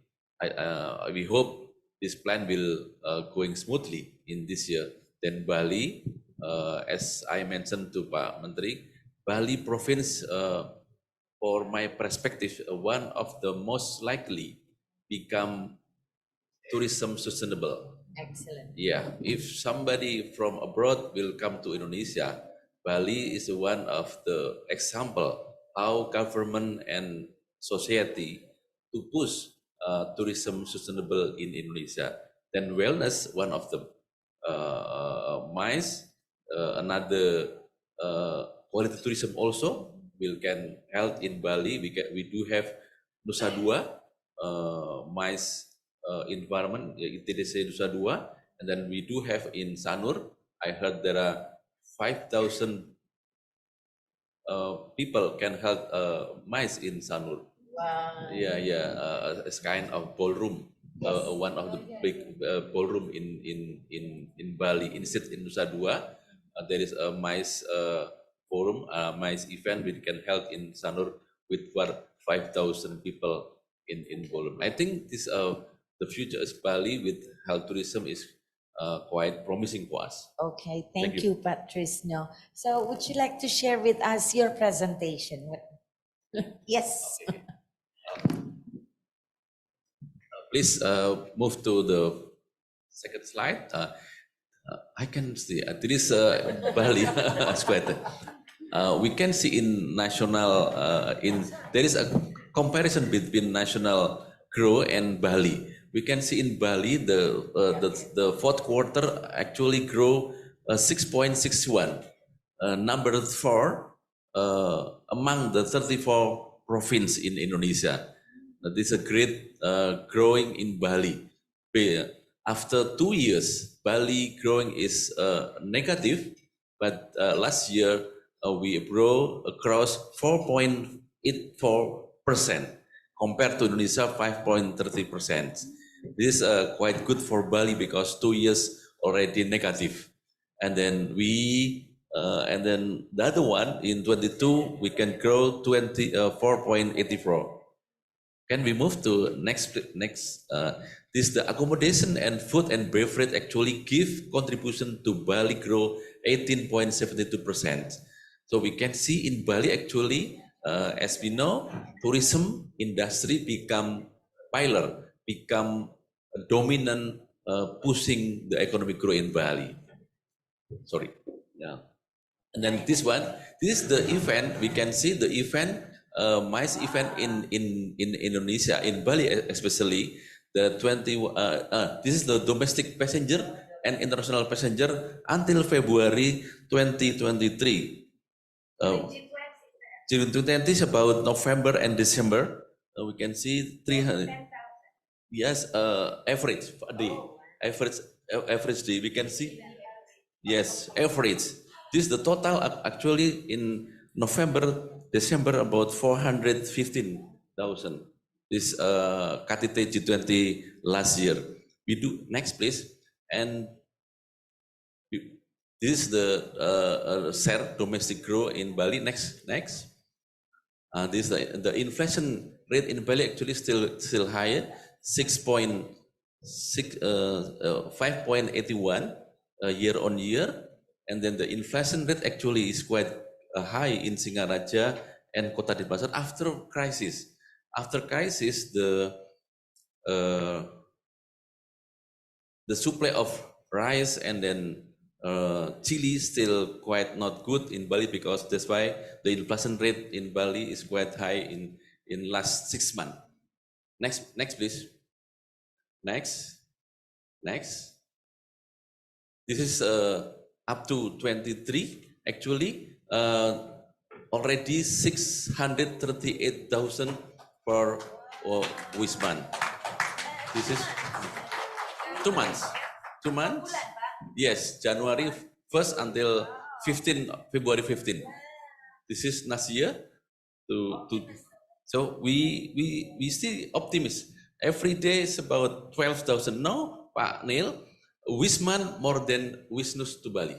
Wisnus to for Wisman, tourism from abroad 12,000 per day, and then domestic tourists about 11 per day. Wisman more than Wisnus. And there is another series of MICE in Bali 2023. Next, please. We also know that there are 29 airline reach 14 countries and 22 cities in stages. There are 29. The airline already go to Bali, and then at probably -9 from China not yet come to Bali, and then probably just from Korea and Vietnam. So already coming back again, all airline come to Bali. Next, please. What is it? As I said, Pak Neil, we do have like QRIS, cross border.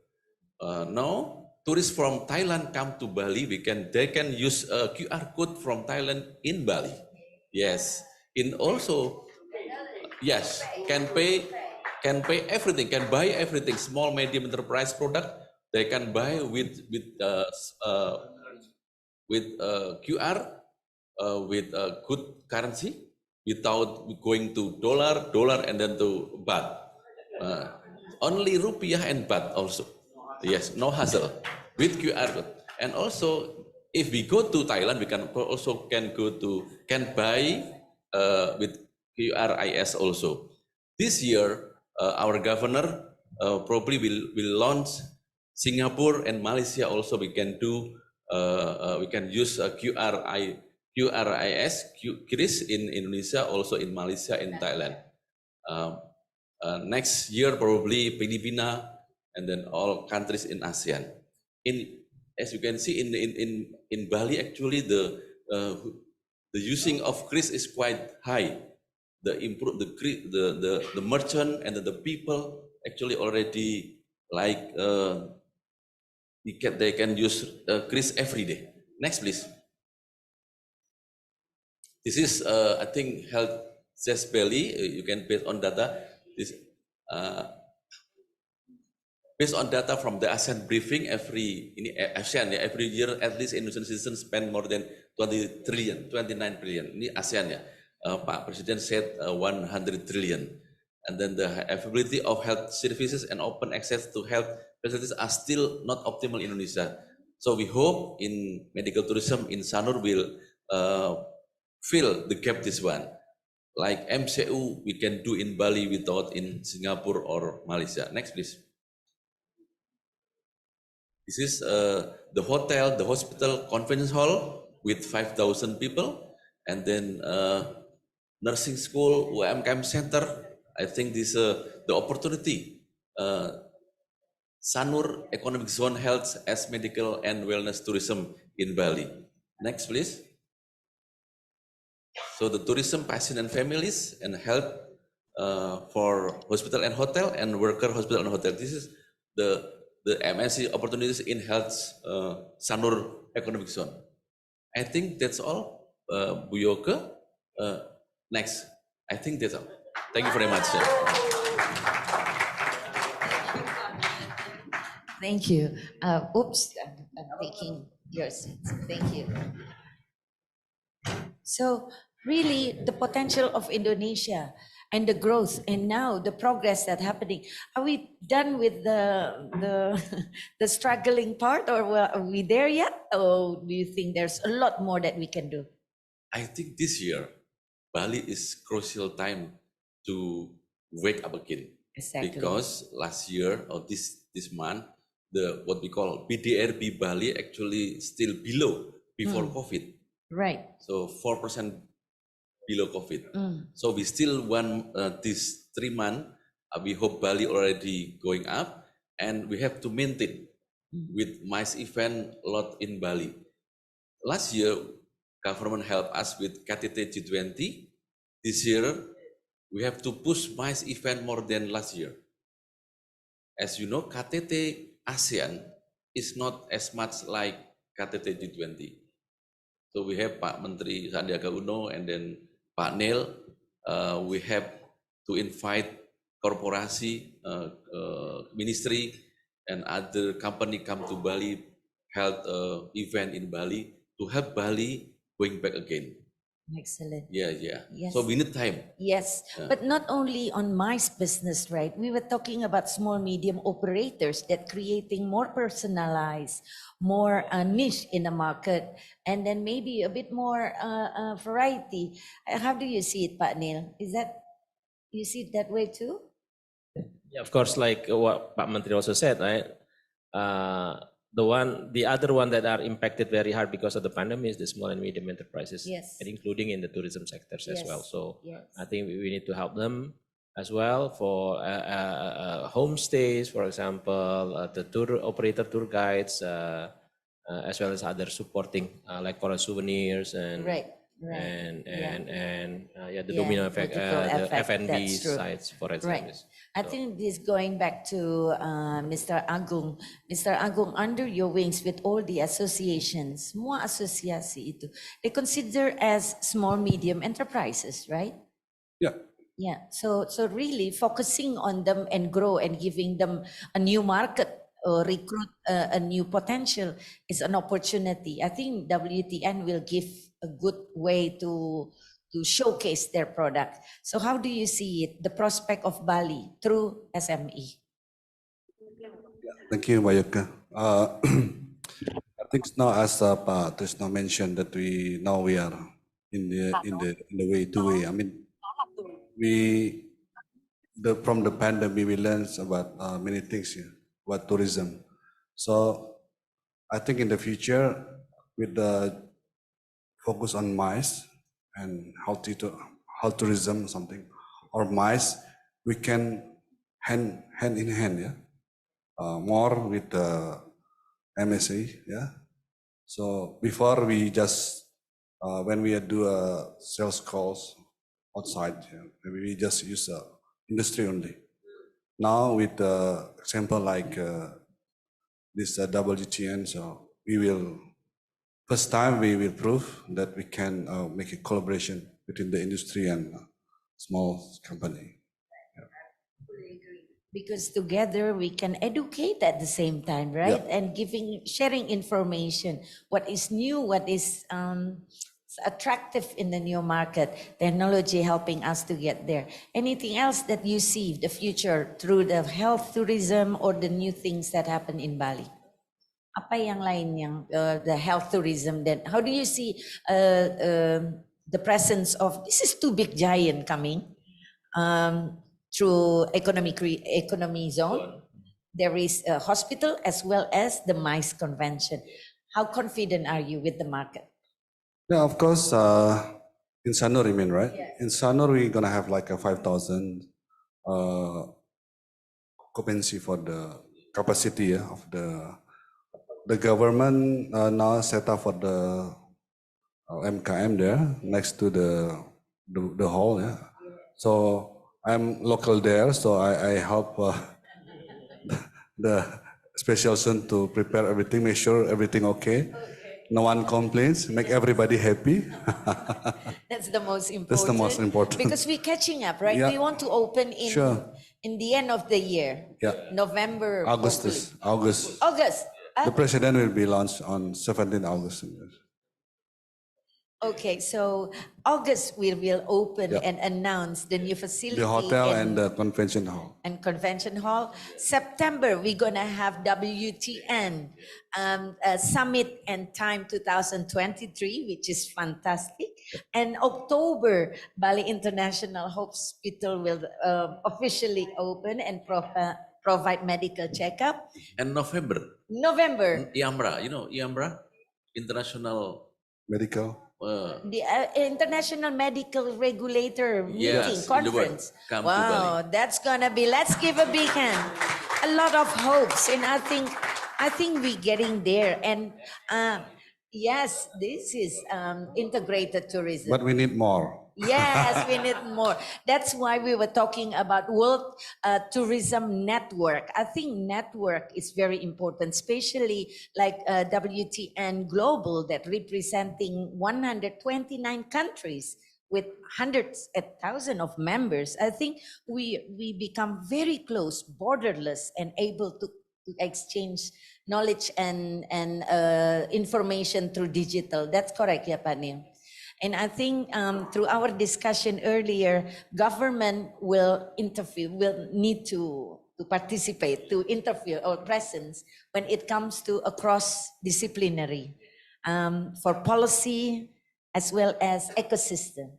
Right. So before I close this, let's throw a question and answer to our friends there in members of WTN that already joining for the discussion. Oh, maybe I should give to our friends here, Ibu Ratna, if you have question or anyone would like to ask any questions. Yeah, would you like to ask question before? I think I have. Jürgen, are you there? Would you like to ask question, or you gonna throw it to your members to ask question? Oh yes, Ibu Ratna. Go ahead. I'd be happy to ask our members to raise their hand. Thank you, Mbak Yoko, Bapak dan Ibu. Terima kasih. Yeah, it's just a great what you call it, KEK ya, kawasan ekonomi khusus for Sanur. And I think the medical tourism, I agree with all of you that we have to compete with Thailand, Malaysia, and Singapore. And I'm also travel agent practitioners that we also inform them, our wholesalers, that soon there will be a medical tourism package for Bali. So thank you very much for the support from the government and also private sector, also BTB. Thank you. Thank you. Thank you so much. Yes. Hi. Do I have question there? Leffy, would you like to add anything? Do I hear hands for questions from our online? Yes, we do. We have a question. Let me just also say real quick that for me, Bali was almost always the shining example of a classical market for SMEs. And I think this hasn't changed over the last 20 years, and there's an opportunity for SMEs and large business to work together in Bali. And we're hoping that at our event, these are some things we discussed, because SMEs rely on large businesses, but also large businesses rely on SMEs. And SMEs rely on niche markets. And what destination is better profiled for niche market than Bali? So I think it's really a win-win, and the medical part can play, is a classical niche market, can play a major role. But we do have a hand up here from Ramzi Kuri. And please, Ramzi, when you speak, would you please let us know where you're from and where you're calling from? And you can turn your video on, and I'd be happy to put you here on this. Oh, it's not Ramzi, it's Dr. Talib Rifai. Okay, we all don't need an introduction. We know who you are. Go ahead, Talib. I'm sorry. No, I just wanted to say something about medical tourism. Medical tourism has to have a good. Gentlemen, my apology to interrupt because we have to say goodbye to Mr. Neil, who has to catch up his flight. He come all the way, just like the minister, for this event. Let's give a big applause for the Deputy of Creative and Digital Apology Product. for the because I have set up tonight I have another meeting, so I have to All go back right, to Jakarta. wonderful. Yeah. But we're gonna be following you to make sure that we will see him again in September, and we discuss further on how to solve and creating a solution for all of us. Thank you so much. Thank you so much.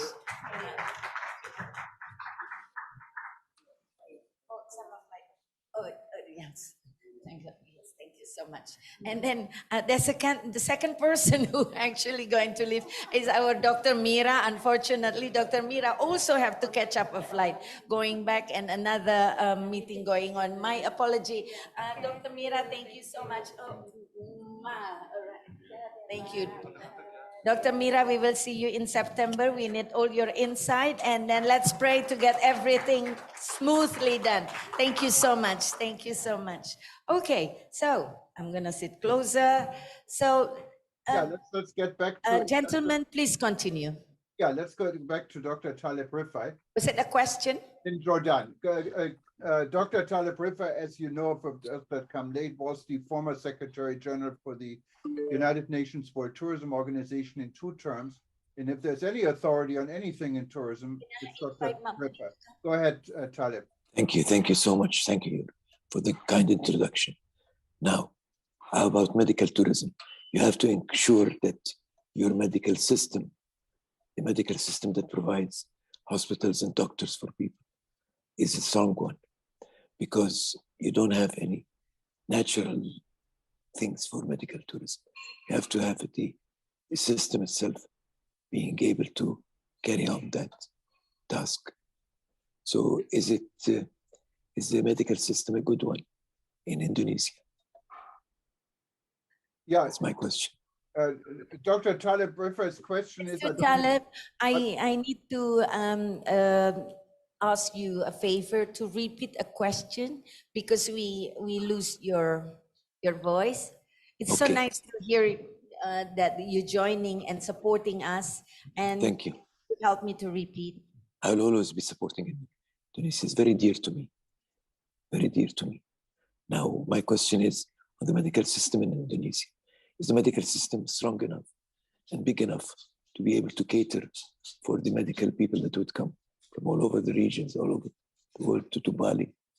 How are the hospitals? How are the hospitals? How are the doctors? And so on and so forth. Yeah, I don't know if you heard Dr. Rifai, but he was asking, let me relate this here, how the infrastructure is basically, how the medical system is set up to handle a volume of medical patients coming to Bali. Yes, precisely. A very good questions. Dr. Mira, the President Director of Indonesia Healthcare Corporation, just left. It's a state-owned company, and I think the infrastructure, as part of the big movement, located in the area that is supported by state-owned company also. It's called Spatial Economic Zone in Sanur. So which is our Mr. Agung is the one who also overseen this area. The area is actually a zone where policy, infrastructure, and ecosystem will be how do I say, not relaxed, but negotiated.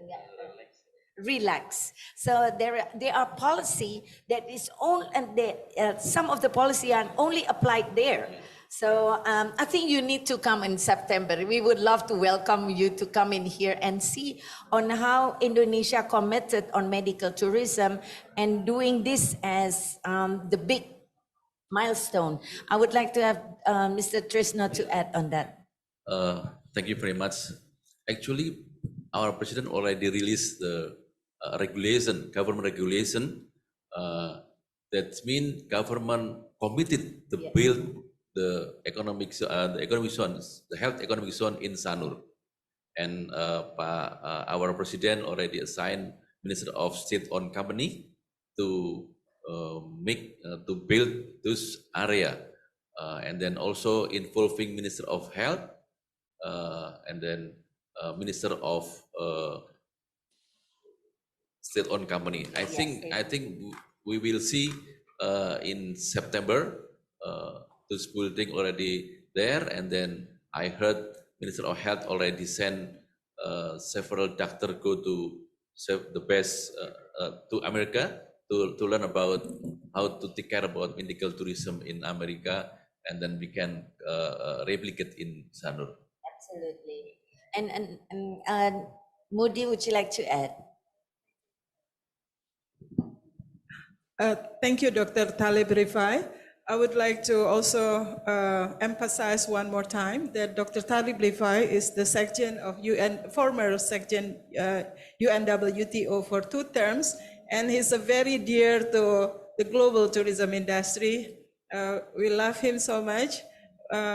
We hope that you're healthy, and we are seeing you in September.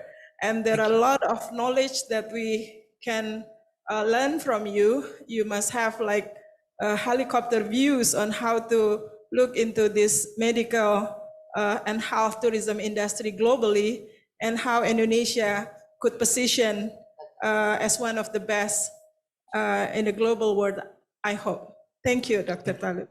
I think that is a very nice approach, that you're going to have a lot of fans here, Dr. Talib, because the idea is exchanging knowledge, exchanging information, and then getting to know more is the bullets, it's the remedy to moving forward, because we cannot be secluded and only work on one zone. We need to learn and exchange idea. Thank you. So, Thank you Pak so Agung, much. anything you'd like to add? Okay, it's because Indonesia is progressing. Bali, especially, has been known as what is it again, Nadi? The wellness by Forbes. The minister was saying dedicated. We want a lot of something like happiest place or something like that. You know, like so many things can appear in Bali. I think many new tourism concept will born. So I've been to Bali. September I've been is to our Bali. time, and we need your support for open dialogue, for learning I've been to Bali experience. many times.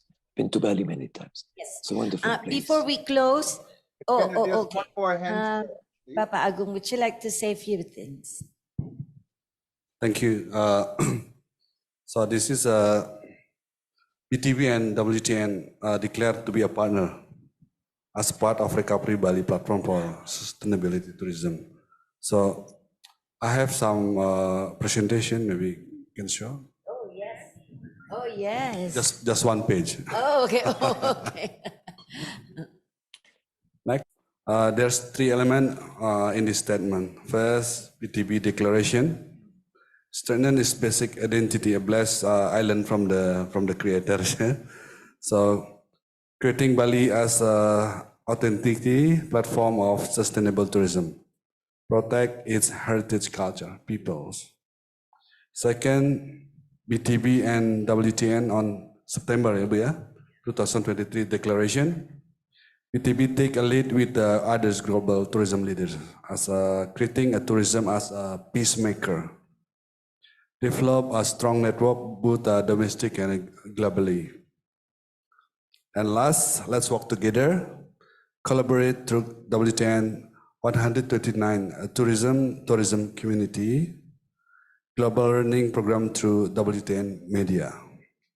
Thank you. Let's register and see you in WTN Wow, nicely 2023 summarized. from 28 September. Thank you. Wow, nicely summarized. I don't need to summarize, and we already got this beautiful way as part of the commitment. And I think it's important. Commitment is something that is involving a lot of people, a lot of stakeholders, not only in related to tourism, but in government, in corporate, and especially with the presence of central bank as and the private sectors who committed and make this happen. And I think we're gonna make a big change.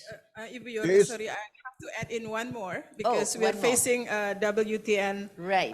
129 countries. I would like to also support not only an inbound, but our friends of having a business outbound in Indonesia. Yes. So we are engaging with, WTN Tourism Board. We welcome all the international tourism board from the 129 countries. I hope you can attending and we can having a very good business engagement, not only inbound, but also outbound. Thank you. Okay, wonderful. Moody, Yeah. we're gonna speeding up until September and make this happen. And certainly, Moody, you are not alone because all stakeholders are with you, and we make this happen because this is a platform when we can have an open discussion. Levi, is there anything that you like to add before we close the session? Let's get it done and collaborate. Thank you so much. There is Jordan, one more hand. Can I, just to make sure, because this lady has been so patient and raised her hand here. And maybe if I just want to say one more thing and adding to Moody, and this is a very important point here, that this is also an event for tourism boards from around the world to come to Bali and look at the potential of the outbound market for Indonesia, because this is something what is not to be underestimated. And I'm very glad that, for instance, we have the Minister of Tourism from Jamaica coming to Bali, because this is a new one. This is a brand new destination, what is worth visiting. And we're hoping there's many others that are listening to us now and that are in the tourism board anywhere in the world see the potential of the outbound market. And the nice thing, I tell you what, if you come to Bali to promote your destination, it's a networking what goes both ways. And you see the potential. Medical tourism alone is a fantastic field, and it's with Bali always has been a place of natural healing places. Now it's a place also with a very sophisticated hospital, what is actually run by the Mayo Clinic, Americans. There is a place to go. But I wanted to, if I may, give the floor, and this is the last one, I believe. And I don't know who she is, but you can maybe tell us. She's Spa Lady Young, Wendy Young. I have a suspicion you may be from Taiwan, aren't you? Yes, I'm from Taiwan. Great. Okay, go ahead. You had a question. Thank you for being so patient, and I give the floor back to Bali after that. Okay, Om Swastiastu, Ni hao. This is from Spa Lady Wendy Yang. I'm also the PR director of SCO International Asia. And you know that SCO organization is the largest travel and tourism organization, and in SCO Asia, we across 15 countries. Before September, the big event, we SCO Asia, we are holding a congress in Bali in June, from the June 1st to 4th, and we are going to hold it in the Nusa Dua. Nusa Dua is a Marisaka hotel. And then we can tell you, we will have, I think, over 300 people from all over the world. And these are the tourism leaders from all over the world. We hope that Bali Tourism Board can show us that you are best, because we have all the tour operator. We have this very strong media person like me, Spa Lady. I've been as a spa journalist for the past 40 years. So I think this is a very great opportunity for Bali to, to attract to us. And then I'm sure you will get thousands, millions of tourists, because wellness medical tourism is the #1 travel industry now in the world. So Om Swasti Astu again, and then Om Shanti Shanti Shanti. Hope to get your full support and for our SCO Asia Congress in Bali from June 1st to 4th. And this will be organized by SCO Bali Club. And then June 1st to 4th. Thank And, you. and thank you very much. I think we met in Croatia, didn't we? And you had Yes. twinning. Yes, I remember. This is a very Yes, fun lady. We had a Jorgen. great picture from her. And so I'm glad you said this. I'm also a SCOL member, and we've worked with SCOL. I've been in charge of the communication committee actually last year at SCOL International.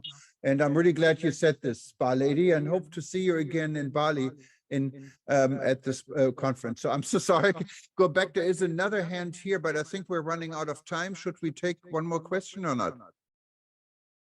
One more question that we'll do. Okay. So the very last one is, I think this is Talib. Is this Ramzi? Yeah, that's Talib again. So Talib, Me, it's me. you can have a It's me. last I question. don't know Go why, ahead.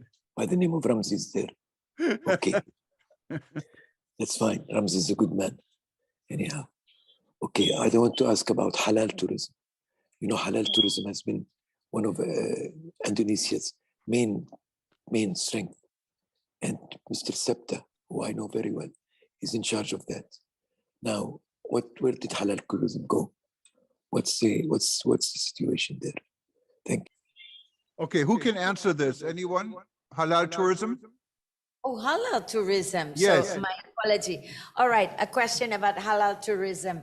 I think that is very interesting because Indonesia is the biggest country with a Muslim population, but we are not a Muslim country, but we have the biggest population, Muslim population. It doesn't mean that when we talk about halal population is dedicated only for Muslim, we are talking about the food that is now become a new story in all over Indonesia. Non bacon, non ham friendly. Oh no, you don't say that.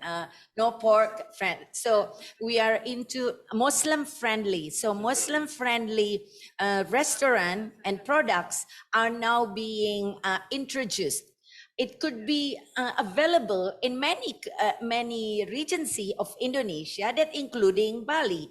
But then again, Bali is famous for its gastronomy. So halal product is one of among many products that available in Bali. Still, the local wisdom, the local gastronomy, the local product that is produced here, being the majority Hinduism in Bali itself, the variety of gastronomy are related to a non-halal food. But yes, halal is related to the product availability. Mudi, you so can I just add one little thing to what Talib said? We at World Tourism Network actually will be announcing a special LinkedIn group. We already have a LinkedIn group that deals with sustainable tourism. We have more than 7,500 members. And the gentleman who's putting this all together is in Malaysia. He just left us here. I saw him in the public, but we started also a Muslim halal and sustainable tourism LinkedIn group. We will have this on our website by tomorrow. And we already have more than 500 members in this group. So it's a hot topic, and I hope many of our friends in Indonesia will join us in this discussion. Thank you. Definitely. Thank you, Jürgen. Thank you so much for feedback, story, as well as comments for us to grow together. And I think what Mr. Agung was mentioning about sustainable tourism, it's something that cannot be done overnight, but a commitment of many stakeholders. With the support of friends from WTN Global, we can grow together, collaborate, and synergize. Unfortunately, we have to end this discussion with a big wish that we are all in good health and meet again in September with so much energy. Don't forget to register. Oh, and don't forget to register. That's another key. And share to friends, to register, come to Bali. So much happening in Bali. And I think we are optimistic. As Mr. Trisno mentioned on his presentation, the growth in Bali, the arrival of international client coming to Bali become another surprise factors. Surprise us by joining WTN Summit.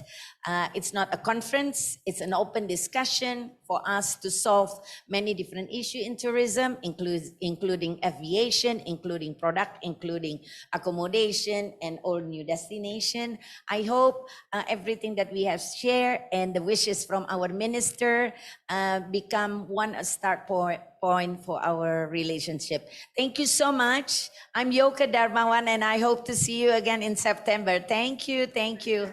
Thank you very much. And Thank you. And for all audience that come in here, thank you so much for being here. And our big hand for Bacoma to organize this. And as well as thank you so much for WIM Production, all our team over there.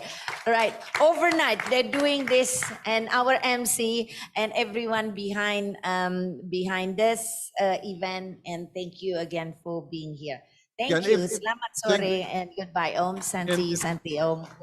And thank you very much. And if you missed this show, for everyone watching, thank you so much. Let's give a big round of applause to our incredible speakers and also moderator. Thank you so much for a very insightful session and a very interactive dialogue. And we would like to appreciate those speakers and also participants who are joining us virtually. Thank you very much for your participation.